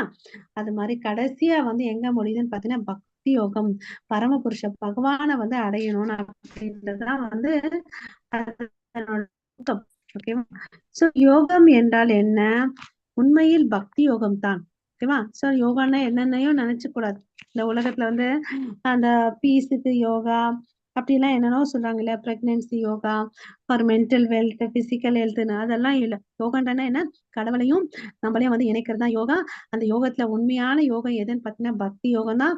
மற்ற யோகங்கள்லாம் வந்து பாத்தீங்கன்னா அதை வந்து காமிக்குது. பட் அது வந்து லாங் ப்ராசஸ் இல்லையா? அதுல வந்து பாத்தீங்கன்னா நிறைய நாள் எடுக்கும். இத பண்றதுக்கே பல பல ஜென்மங்கள் ஆகும்னு சொல்லிட்டாரு இல்லையா? சோ இங்க வந்து பகவத்கீதையில பர்பட்ல என்ன சொல்லியிருக்காருன்னு பார்க்கலாம். யா ஏசாம் புருஷம் சாக்ஷாத் ஆத்ம பிரபவம் ஈஸ்வரம் நா பஜயந்தே அவஜானாந்தி தான் ஸ்தானாத் கிரகஸ்த பத பத அந்தி ஆதக. சோ யாரெல்லாம் வந்து கடலுக்கு வந்து தொண்டு செய்யறத வந்து நிறுத்திடுறாங்களோ, செய்யறதுலயோ அவங்க கண்டிப்பா என்ன ஆவாங்க? வீழ்ச்சி அடைகிறார்கள் அப்படின்னு சொல்றாரு. இந்த ஸ்லோகத்துல வந்து பாத்தீங்கன்னா பஜந்தேன்ற வார்த்தையை யூஸ் பண்றாரு இல்லையா? அப்படின்னா என்ன அர்த்தம்னா கடவுளை வந்து வணங்குறது. சோ இந்த வணங்குதல்ன்றது யாருக்கெல்லாம் வந்து அப்ளை ஆகும் பாத்தீங்கன்னா தேவ தேவர்களுக்கு, சாதாரண உயிரினங்களுக்கு அப்படியெல்லாம் இல்ல. ஓகேவா? அவஜானந்தி மாமூடா, வெறும் முட்டாள்கள் மூடர்கள் தான் வந்து என்ன பண்ணுவாங்க? மனுஷனையே மனுஷன் வழிபடுவான், தேவ தேவர்களை வழிபடுவான். ஆனா புத்தி உள்ளவன் யாரை வழிபடுவான்னு பாத்தீங்கன்னா, எப்படி வந்து மரத்துக்கு தண்ணி வேருக்கு தண்ணி ஊத்துனா கிளைகளுக்கு எல்லாம் போய் சேருமோ அது மாதிரி இவர் வந்து என்ன பண்ணணும்? கடவுளை வந்து திருப்திப்படுத்தணும். முழுமுதற் கடவுளை வந்து திருப்தி படுத்தினா எல்லா தேவதர்களும் திருப்தி அடைஞ்சிருவாங்க. அதனால புத்திசாலித்தனமா வேருக்கு தண்ணி ஊத்தணும் அப்படின்னு சொல்றாரு. சோ இதுல வந்து என்ன சம பண்றாரு? கடைசியா வந்து பக்தி யோகம் தான் சிறந்தது அப்படின்னு சொல்லிட்டு சொல்றாரு. ஓகேவா? எல்லா யோகா வந்து எங்க போய் கடைசியில முடியுதுன்னு பாத்தீங்கன்னா, எப்படி நதிகள் எல்லாம் வந்து கடலுக்கு போய் சேருதோ அது மாதிரி எல்லா பல வகையான யோகங்கள்லாம் வந்து பக்தி யோகத்துல வந்து முடியுது. அதுதான் பெஸ்ட். நம்மளுடைய வாழ்க்கையுடைய அல்டிமேட் கோல் அதுவாதான் இருக்கணும் அப்படின்னு சொல்றாரு. ஓகேவா? சோ ஒருத்தன் வந்து ரொம்ப வந்து அதிர்ஷ்டசாலித்தனமா இருந்தா பக்தி யோகத்துக்கு வந்து சம்பந்தம் அடைஞ்சு கிருஷ்ண உணர்வை தெரிஞ்சுக்கிட்டு உச்சகட்டத்தை வந்து அடையிறான் அப்படின்னு சொல்றாரு. ஓகேங்களா? சோ அந்த ஐடியல் யோகி என்ன பண்ணான்னு பாத்தீங்கன்னா, அவன் வந்து எப்பவுமே கடவுளுடைய ஷியாம சுந்தர வடிவத்தை வந்து தியானம் பண்றான். அவருடைய அழகான தாமரை முகம், அதுல இருந்து வரக்கூடிய சூரிய கிரகணங்கள், பிரகாசமா இருக்கக்கூடிய முகம், அப்புறம் அவர் வந்து பட்டு பீதாம்பரம் அணிஞ்சிட்டு பல மலர் மாலைகளாலும் வண்ண மலர் மாலைகளை அணிவிச்சுட்டு கௌஸ்துப மணி அணிஞ்சிட்டு இருக்காரு. அவர் உடம்புல வரக்கூடிய வெளிச்சத்தை வந்து பிரம்ம ஜோதின்னு சொல்றோம். அவர் வந்து பாத்தீங்கன்னா பல அவதாரங்களை எடுத்து வர்றார். ராமர், நரசிம்மர், வராக, கிருஷ்ணன் சொல்லிட்டு கிருஷ்ணர் தான் ஸ்வயம் ரூபம். அவர்கிட்ட இருந்து வர சக்திகள் தான். அவர் வந்து பாத்தீங்கன்னா தன்னுடைய விருப்பப்படி யசோதா மாதாக்கு வந்து பையனா பிறந்தாரு இல்லையா? சோ இத வந்து புரிஞ்சுக்கிறதுதான் வந்து ஹையஸ்ட் பர்ஃபெக்ஷன் சொல்லிட்டு பிரபுபாத பர்பட்ல சொல்றார். சோ யஷ்யா தேவே பரபக்திர் யதா தேவே ததா குரவ் தஷ்யைதி கதித ஹே அர்த்தக பிரகாஷாந்தே மகாத்மனக. இத புரிஞ்சுக்கிறோம் வந்து என்ன என்ன எப்படி ஆகுறான்? மகாத்மனகன்னு சொல்றார். ஓகேவா? சோ கடவுள் மேல வந்து நம்பிக்கை வச்சுக்கணும். அப்புறம் வந்து யார் மேல நம்பிக்கை வைக்கணும்? ஆன்மீக குரு மேல நம்பிக்கை வைக்கணும். வேதங்களை சொல்லி இருக்கிறத வந்து நம்ம பின்பற்றணும். இந்த 3 விஷயங்களை நம்ம பண்ணணும்னு சொல்றார். ஓகேவா? பக்திர் அஷ்ய பஜானாம் ததி ததிஹாம் முத்ரோ முத்ரோ பதி நை நைரஷ்யேன முஸ்மின் மனக கல்பனாம் ஏதத் ஏவ நைஷ்கர்மையா. பக்தி மீன்ஸ் என்ன? Devotional service to the Lord. அது பண்றதுனால நமக்கு என்ன ஆகுது? இந்த பௌதீக விஷயத்துல இருந்து ஆட்டோமேட்டிக்கா விடுதலை ஆகிறோம். ஓகே, இந்த பிறவில இல்லைன்னா அட்லீஸ்ட் அடுத்த பிறவிலாவது நம்ம எல்லா பௌதீக பந்தத்துல இருந்து ஆசைகள் இருந்து விடுதலை அடைவோம் அப்படின்னு சொல்றார். ஓகேவா? சோ இதுதான் வந்து நைஷ்கர்ம பக்தி, நைஷ்கர்ம யோகான்னு சொல்றோம். ஓகேவா? சோ பக்தியை வந்து நம்ம பண்ணாதான் ஹையஸ்ட் பர்ஃபெக்ஷன் ஸ்டேஜுக்கு போக முடியும். சோ இங்க வந்து நமக்கு என்ன முடியுது? 6வது அத்தியாயம் முடியுது. சோ நாளைக்கு வந்து நம்ம 7வது அத்தியாயத்துக்கு போலாம். ஓகேங்களா? சோ நம்ம இங்க முடிச்சுக்கலாம். வாஞ்சா கல்பத்தருப்யேஷ கிருபா சிந்து பயவச்ச பதிதானாம் பாவனேப்யோ வைஷ்ணவேப்யோ நமோ நமः. அனந்த கோடி வைஷ்ணவ பிருந்தகி ஜெய் ஜெய் आचार्य हरिदास ठाकुर की जय जगत गुरु श्रील प्रभुपाद की जय जय निताय गौर प्रेमानंदे. हरि हरि हरि हरि बोल. बोल. இப்போ உங்களுக்கு ஒரு ஸ்கிரீன் தெரியுதுங்களா? ஆமா இது Mataji. Sudama Seva. Okay okay. So இது வந்து பாத்தீங்கன்னா நம்ம யாரை பார்த்துட்டு இருக்கோம்னா இந்த ஸ்லைட்ல ஸ்ரீ ஸ்ரீ ராதா கோவிந்தரை பார்க்குறோம். அவரு கீழே நம்மளுடைய பிரபுபாதாவை பார்க்குறோம். Okay, ISKCON founder Acharya. அது கீழே ஒருத்தரை பார்க்குறோம். அவர் தான் வந்து பாத்தீங்கன்னா இப்போ வந்து ஆன்மீக குருவா இருக்கிறாரு, பிரபுபாதாவுடைய சிஷ்யர். அதாவது வந்து பாத்தீங்கன்னா குரு மகாராஜ். ஓகேவா, ஜெயபதாகா சுவாமி. இந்த சைட்ல ஒருத்தர் இருக்காரு பாருங்க, இவர் தான் நம்மளுடைய டெம்பிள் பிரசிடென்ட் நாமநிஷ்டதாஸ் பிரபு. இவர் வந்து நமக்கு எல்லாரையும் நமக்கு வந்து பக்தியில ஈடுபடுத்துறதுக்கோசம் ஒரு சின்ன ஒரு சேவையை வந்து ஆரம்பிச்சு வச்சிருக்காரு. அது என்னன்னு பாத்தீங்கன்னா சுதாமா சேவை. ஓகேங்களா, நமக்கு தெரியும் சுதாமா ஸ்டோரி இல்லையா? அவர் கொஞ்சமா அவர்கிட்ட இல்ல, இருந்தாலும் அவங்க மனைவி எல்லார்கிட்டயும் இருந்து வாங்கிட்டு போய் எடுத்துட்டு போயிட்டு அவர் கையில கொடுத்தாங்க. அப்ப வந்து கடவுள் வந்து அவர் எதுவுமே கேட்கல. கடவுளை நண்பன் கிட்ட போய் பார்த்துட்டு வரலாம்னு சொல்லிதான் போனாரு. பட் கிருஷ்ணர் அதெல்லாம் புரிஞ்சுட்டு அவர் எல்லா செல்வ வளங்களையும் கொடுத்தாரு. கொடுத்துட்ட பிறகு அவர் என்ன நினைக்கிறாருன்னா, சரி நான் ஒண்ணுமே பண்ணலன்னு நினைக்கிறாரு கிருஷ்ணர். ஏன் அப்படி யோசிக்கிறாருன்னு பாத்தீங்கன்னு வச்சுக்கோங்களேன், சுதாமா வந்து தன் சக்திக்கு அப்பாற்பட்ட விஷயத்த எனக்கு எடுத்துட்டு வந்து கொடுத்தான். ஏன்னா அவன் வீட்டுல ஒரு பருக்கி இல்ல. ஆனா என்கிட்ட வந்து எல்லாம் இருக்கு. நான் என்கிட்ட இருக்கிறத வச்சுதான் நான் பண்ணேன். அவன் பண்ண அளவுக்கு என்னால பண்ண முடியலன்னு கடவுள் வருந்துறாராம். ஓகேவா? சோ இந்த இந்த விஷயம் மூலியமா நம்மளுடைய டெம்பிள் பிரசிடென்ட் ஒரு விஷயத்தை நமக்கு வந்து தெரிவிக்கிறாரு. அவர் என்னன்னு பாத்தீங்கன்னா, is extremely thankful for your generous contribution towards temple construction to Sri Sri Radha Govinda, first of its kind temple built by major contribution. அவரா சுயமா பண்ணல. ஓகேவா? அவர் நல்லா தெளிவா சொல்றாரு பாருங்க. Major contribution from online congregation of devotees. நம்ம எல்லாம் வந்து பாத்தீங்கன்னா அவரை நேரா போதில்ல. வருஷத்துக்கு நாங்க எல்லாம் பாத்தீங்கன்னா வச்சுக்கோங்களேன், ஒரு இம்பார்ட்டன்ட் ஃபங்க்ஷன் இருக்கும்போது வருஷத்துக்கு ஒரு முறை போறோம். ஆக்சுவலி நம்ம பாத்தீங்கன்னா ஒரு 3 மாசத்துக்கு ஒரு சங்கம் வச்சுக்கணும். அப்பதான் நம்ம பக்தியில வந்து நல்லா முன்னேறுவோம். அட்லீஸ்ட் 6 மாசத்துல ஒரு முறை. சோ இந்த கோயில் எல்லாம் கட்டினது எதனாலன்றத அவர் வெளிப்படையா சொல்றாரு பாருங்க. ஆன்லைன் எல்லாமே வந்து அவர் வந்து 12 மொழிகள்ல வந்து கிளாஸ் எடுக்கிறதுக்கு எல்லாத்தையும் அரேஞ்ச் பண்றாரு. இந்த ஆன்லைன் மூலமா வந்த கான்ட்ரிபியூஷன் தான் இந்த பிரம்மாண்ட கோயில் வந்து கட்டப்பட்டதுன்னு சொல்றாரு. ஓகேவா? சோ இங்க வந்து ஒரு நமக்கு ஒரு ஆப்பர்ச்சுனிட்டி கொடுக்கிறார். That is Sudama sevaks and continue your service to temple for Nitya Seva of Shri Sri Radha Govinda. Nitya இதுல இந்த நம்ம கொடுக்குற காசு எதுக்கு யூஸ் பண்றாங்க? அந்த கோயிலை பராமரிக்கிறதுக்கும் அங்க இருக்க விக்கிரகத்துக்கு வேண்டிய சாப்பாடு, ட்ரெஸ் இதெல்லாம் வேணும் இல்லையா? அதுக்கோசமும் அப்புறம் வந்து பாத்தீங்கன்னா எப்பவுமே ஒரு அன்னதானத்தை வந்து அவர் வந்து ஆரம்பிச்சு வச்சிருக்காரு அந்த இடத்துல. ஏன்னா உடுப்பி பக்கத்துல இருக்கனால நிறைய பக்தர்கள் வருவாங்க. கோகர்ணாக்கு போறதும் உடுப்பிக்கு போறவங்க வருவாங்க. கோ சேவையை ஆரம்பிச்சு வச்சிருக்காரு. சோ அங்க வந்து இதை வந்து பெரிய யூனிவர்சிட்டியா எடுத்துட்டு வரணும்னு நினைச்சு பிளான் பண்ணியிருக்காரு. அதுக்கு தேவையான விஷயங்கள் எல்லாம் ஏற்பாடு பண்ணிட்டே இருக்காரு. ரெசிடென்சியல் கீதா காலேஜ் அதெல்லாம் பண்றாரு. ஓகே, இதுக்கெல்லாம் வந்து ப்ரீச்சிங் கோசம் இந்த காசை வந்து யூஸ் பண்ண போறாரு. சோ நம்ம கான்ட்ரிபியூஷன் பண்றது என்னன்னு பாத்தீங்கன்னா, இது ஒரு சந்தர்ப்பம். It's an opportunity for devotees to make their humble offering with love and devotion at the lotus feet of the Lord. You can commit for monthly contribution according to your capacity and support temple functioning and expand Krishna consciousness preaching movement. இது முழுக்க முழுக்க இங்க பாத்தீங்கன்னா நம்ம எங்கேயுமே வந்து இந்த கீதா பிரச்சாரம் வந்து லெவல் பை லெவலா பண்றதே இல்லை. இவர் ஒருத்தர் தான் அதை வந்து முயற்சி எடுத்து பண்ணிட்டு இருக்காரு. பட் ரொம்ப சிரமப்பட்டு எடுத்து பண்றாரு. ஏன்னா இந்த ஜூம் லிங்க்குக்கு எல்லாம் அவர் வந்து மாசத்துக்கு பாத்தீங்கன்னா 12 லாங்குவேஜ்ன்றதுனால 5 lakhs கான்ட்ரிபியூட் பண்றாரு இந்த நெட்டுக்கே, இன்டர்நெட்டுக்கே. ஓகேங்களா? சோ அதனால அவர் என்ன சொல்றாரு, உங்க சக்திக்கு ஏத்த மாதிரி அவர் எதையும் வற்புறுத்தல. Monthly contribution according to your capacity, உங்களால எவ்வளவு முடியுமோ அந்த அளவுக்கு எடுத்து நீங்க பண்ணுங்கன்னு சொல்றாரு. சோ இதை பண்றதுனால என்ன ஆகுது, if the devotee offers something to the Lord, it acts for his own interest, because whatever a devotee offers the Lord comes back in quantity a million times greater than what was offered. இல்லையா? கிருஷ்ணருக்கு வந்து பாத்தீங்கன்னா ஒரு பிடி அவளை வந்துதான் எடுத்துட்டு போய் கொடுத்தாரு. எத்தனை மடங்கு பெருசா அவர் திருப்பி கொடுத்தாரு இல்லையா? அது மாத்திரம் guarantee. One does not become a loser by giving to the Lord. One becomes a gainer by millions of time. இது வந்து பிரபுபாதாவே சொல்லியிருக்காரு. பிரபுபாதாவே நமக்கு ஒரு உதாரணம் இல்லையா? அவர் போகும்போது என்ன ஒரு 35 ரூபாய் 45 ரூபாய் எடுத்துட்டு போனார். வரும்போது பல மில்லியன் கணக்கான சொத்துக்கு அதிபதியா வந்தார். அதாவது என்ன அர்த்தம்னா இங்க 108 கோயில வந்து பிரம்மாண்டமா கட்டி வச்சுட்டு போனாரு இல்லையா?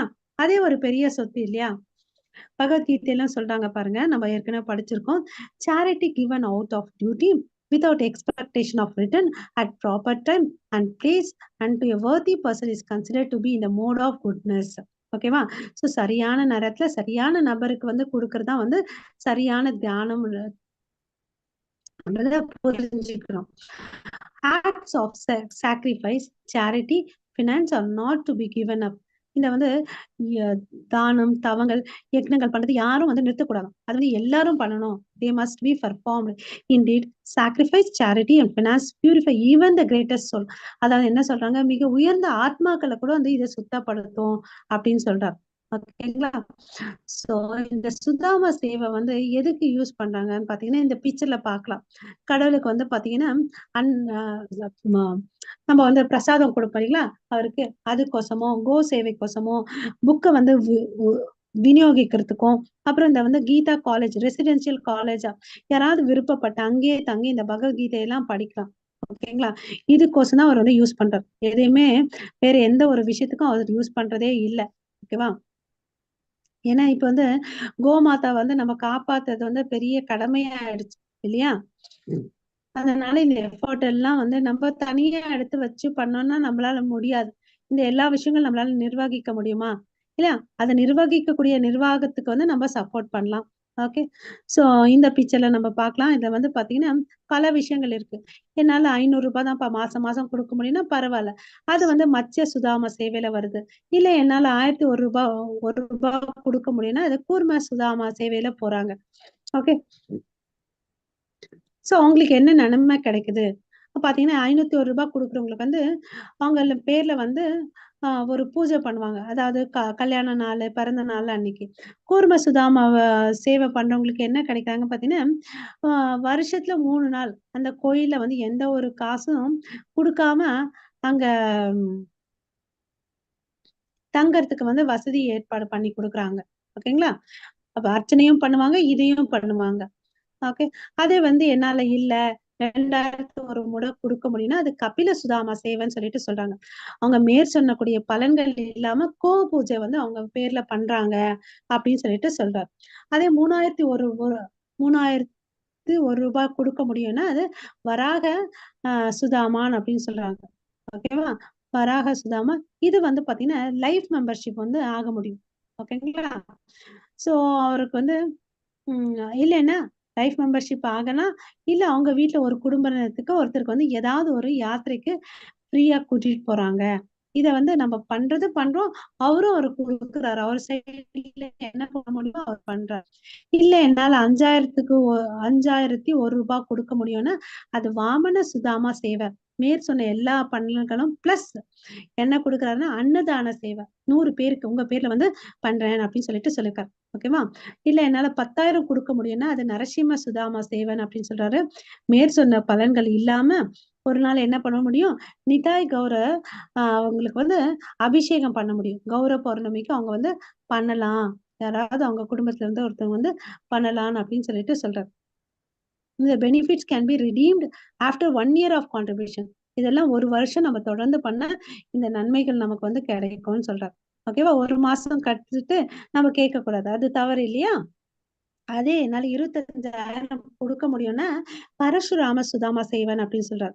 மேற்கொண்ட எல்லா பலன்கள் பிளட் ராதாராண ஸ்ரீ ஸ்ரீ ராதா கோவிந்தருக்கு வந்து அபிஷேகம் பண்ண முடியும் அப்படின்னு சொல்றாரு. குறிப்பா கிருஷ்ணருடைய ஜென்மாஷ்டமி நாள்ல வந்து பண்ணலாம் அப்படின்னு சொல்றாரு. இல்ல என்னால 50,000 1 ரூபாய் கொடுக்க முடியும்னா அது பலராம சுதாம சேவன் சொல்றாரு. மேற்பண்ண சொன்ன எல்லா பலன்களும் பிளஸ் அப்புறம் அலங்கார சேவை வந்து அவங்க பேர்ல பண்றாங்க விசேஷமான நாள்ல அப்படின்னு சொல்லிட்டு சொல்றாங்க. இல்ல என்னால வந்து எனக்கு நல்ல வசதியா இருக்கு. நான் 1,01 ரூபாய் கொடுக்குறேன்னு கிருஷ்ண சுதாம சேவை அல்டிமேட்லி பாருங்க படிப்படியா நிதா கௌரவ் ராதா கோவிந்தா அப்புறம் வந்து இங்க பாத்தீங்கன்னா கிருஷ்ணா இல்லையா? மேல் சொன்ன எல்லா பலன்களும் கொடுத்துட்டு guest house room is registered in the donors name. ஓகேவா? ஸோ அவங்க பேர்லயே வந்து ஒரு கெஸ்ட் ரூம் வந்து ரெஜிஸ்டர் பண்ணிடுறாங்க. அவங்க வந்து பாத்தீங்கன்னா 1 மாசம், அதாவது 30 நாள் அங்க வந்து தங்கி இருக்கலாம். அவங்களுக்கு சாப்பாடு செலவு எதுவுமே இல்ல. போயிட்டு நிம்மதியா அங்க இருந்துட்டு கடவுளுடைய சேவை பண்ணிட்டு அந்த திவ்யமான ஆனந்தத்தை அனுபவிச்சுட்டு வரலாம். இந்த நன்மைகள்லாம் வந்து அவர் கொடுக்குறார்.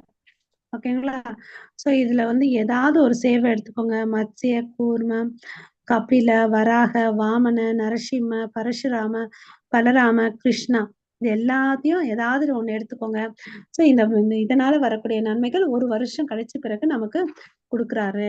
ஸோ த பிக்கஸ்ட் பிளஸிங் என்னன்னு பாத்தீங்கன்னா is a blessings of Vaishnavas and our guru பரம்பரை. நம்ம இந்த செய்யறதுனால பல வைஷ்ணவர்களுக்கு வந்து திருப்தி அடைறாங்க இல்லையா? யாரோ ஒருத்தர் வந்து சாப்பிட்டு போறாங்க, ஒரு அலங்காரத்தை பார்த்துட்டு போறாங்க. அப்புறம் நம்ம குரு பரம்பரையில இருக்கக்கூடிய குருமார்கள் வந்து திருப்தி அடைறாங்க. First stage of bhakti is shraddha, நம்பிக்கை. We will fix up in our faith by sadhu kripa and mahat seva. ஓகேவா? சாது சங்கம் வேணும், அவங்களுக்கு வந்து நம்ம சேவை செய்யணும். Sudama seva is mahat seva and all those devotee contributing to Sudama seva is sure to get sadhu kripa and fix up in Krishna consciousness and bhakti. ஓகேங்களா? இதுதான் பலன்கள். இதெல்லாம் அவர் வந்து ஏன் பண்றாருன்னா, ஓகேவா? சோ அனைவருக்கும் மிக்க நன்றி. அவர் சார்பா நம்ம நன்றி உங்களுக்கு தெரிவிச்சுக்கிறேன். ஓகேங்களா? இன்ட்ரெஸ்டா இருக்குங்க, உங்களுக்கு தகுதிக்கு ஏத்த மாதிரி நீங்க இத பண்ணுங்க. ஓகேங்களா? இது ஒரு விண்ணப்பம். ஓகேவா? சோ ஹரே கிருஷ்ணா. அனைவருக்கும் மிக்க நன்றி. நம்ம இங்க வந்து இத நிறுத்திக்கலாம். சரிங்களா? ஹரே கிருஷ்ணா.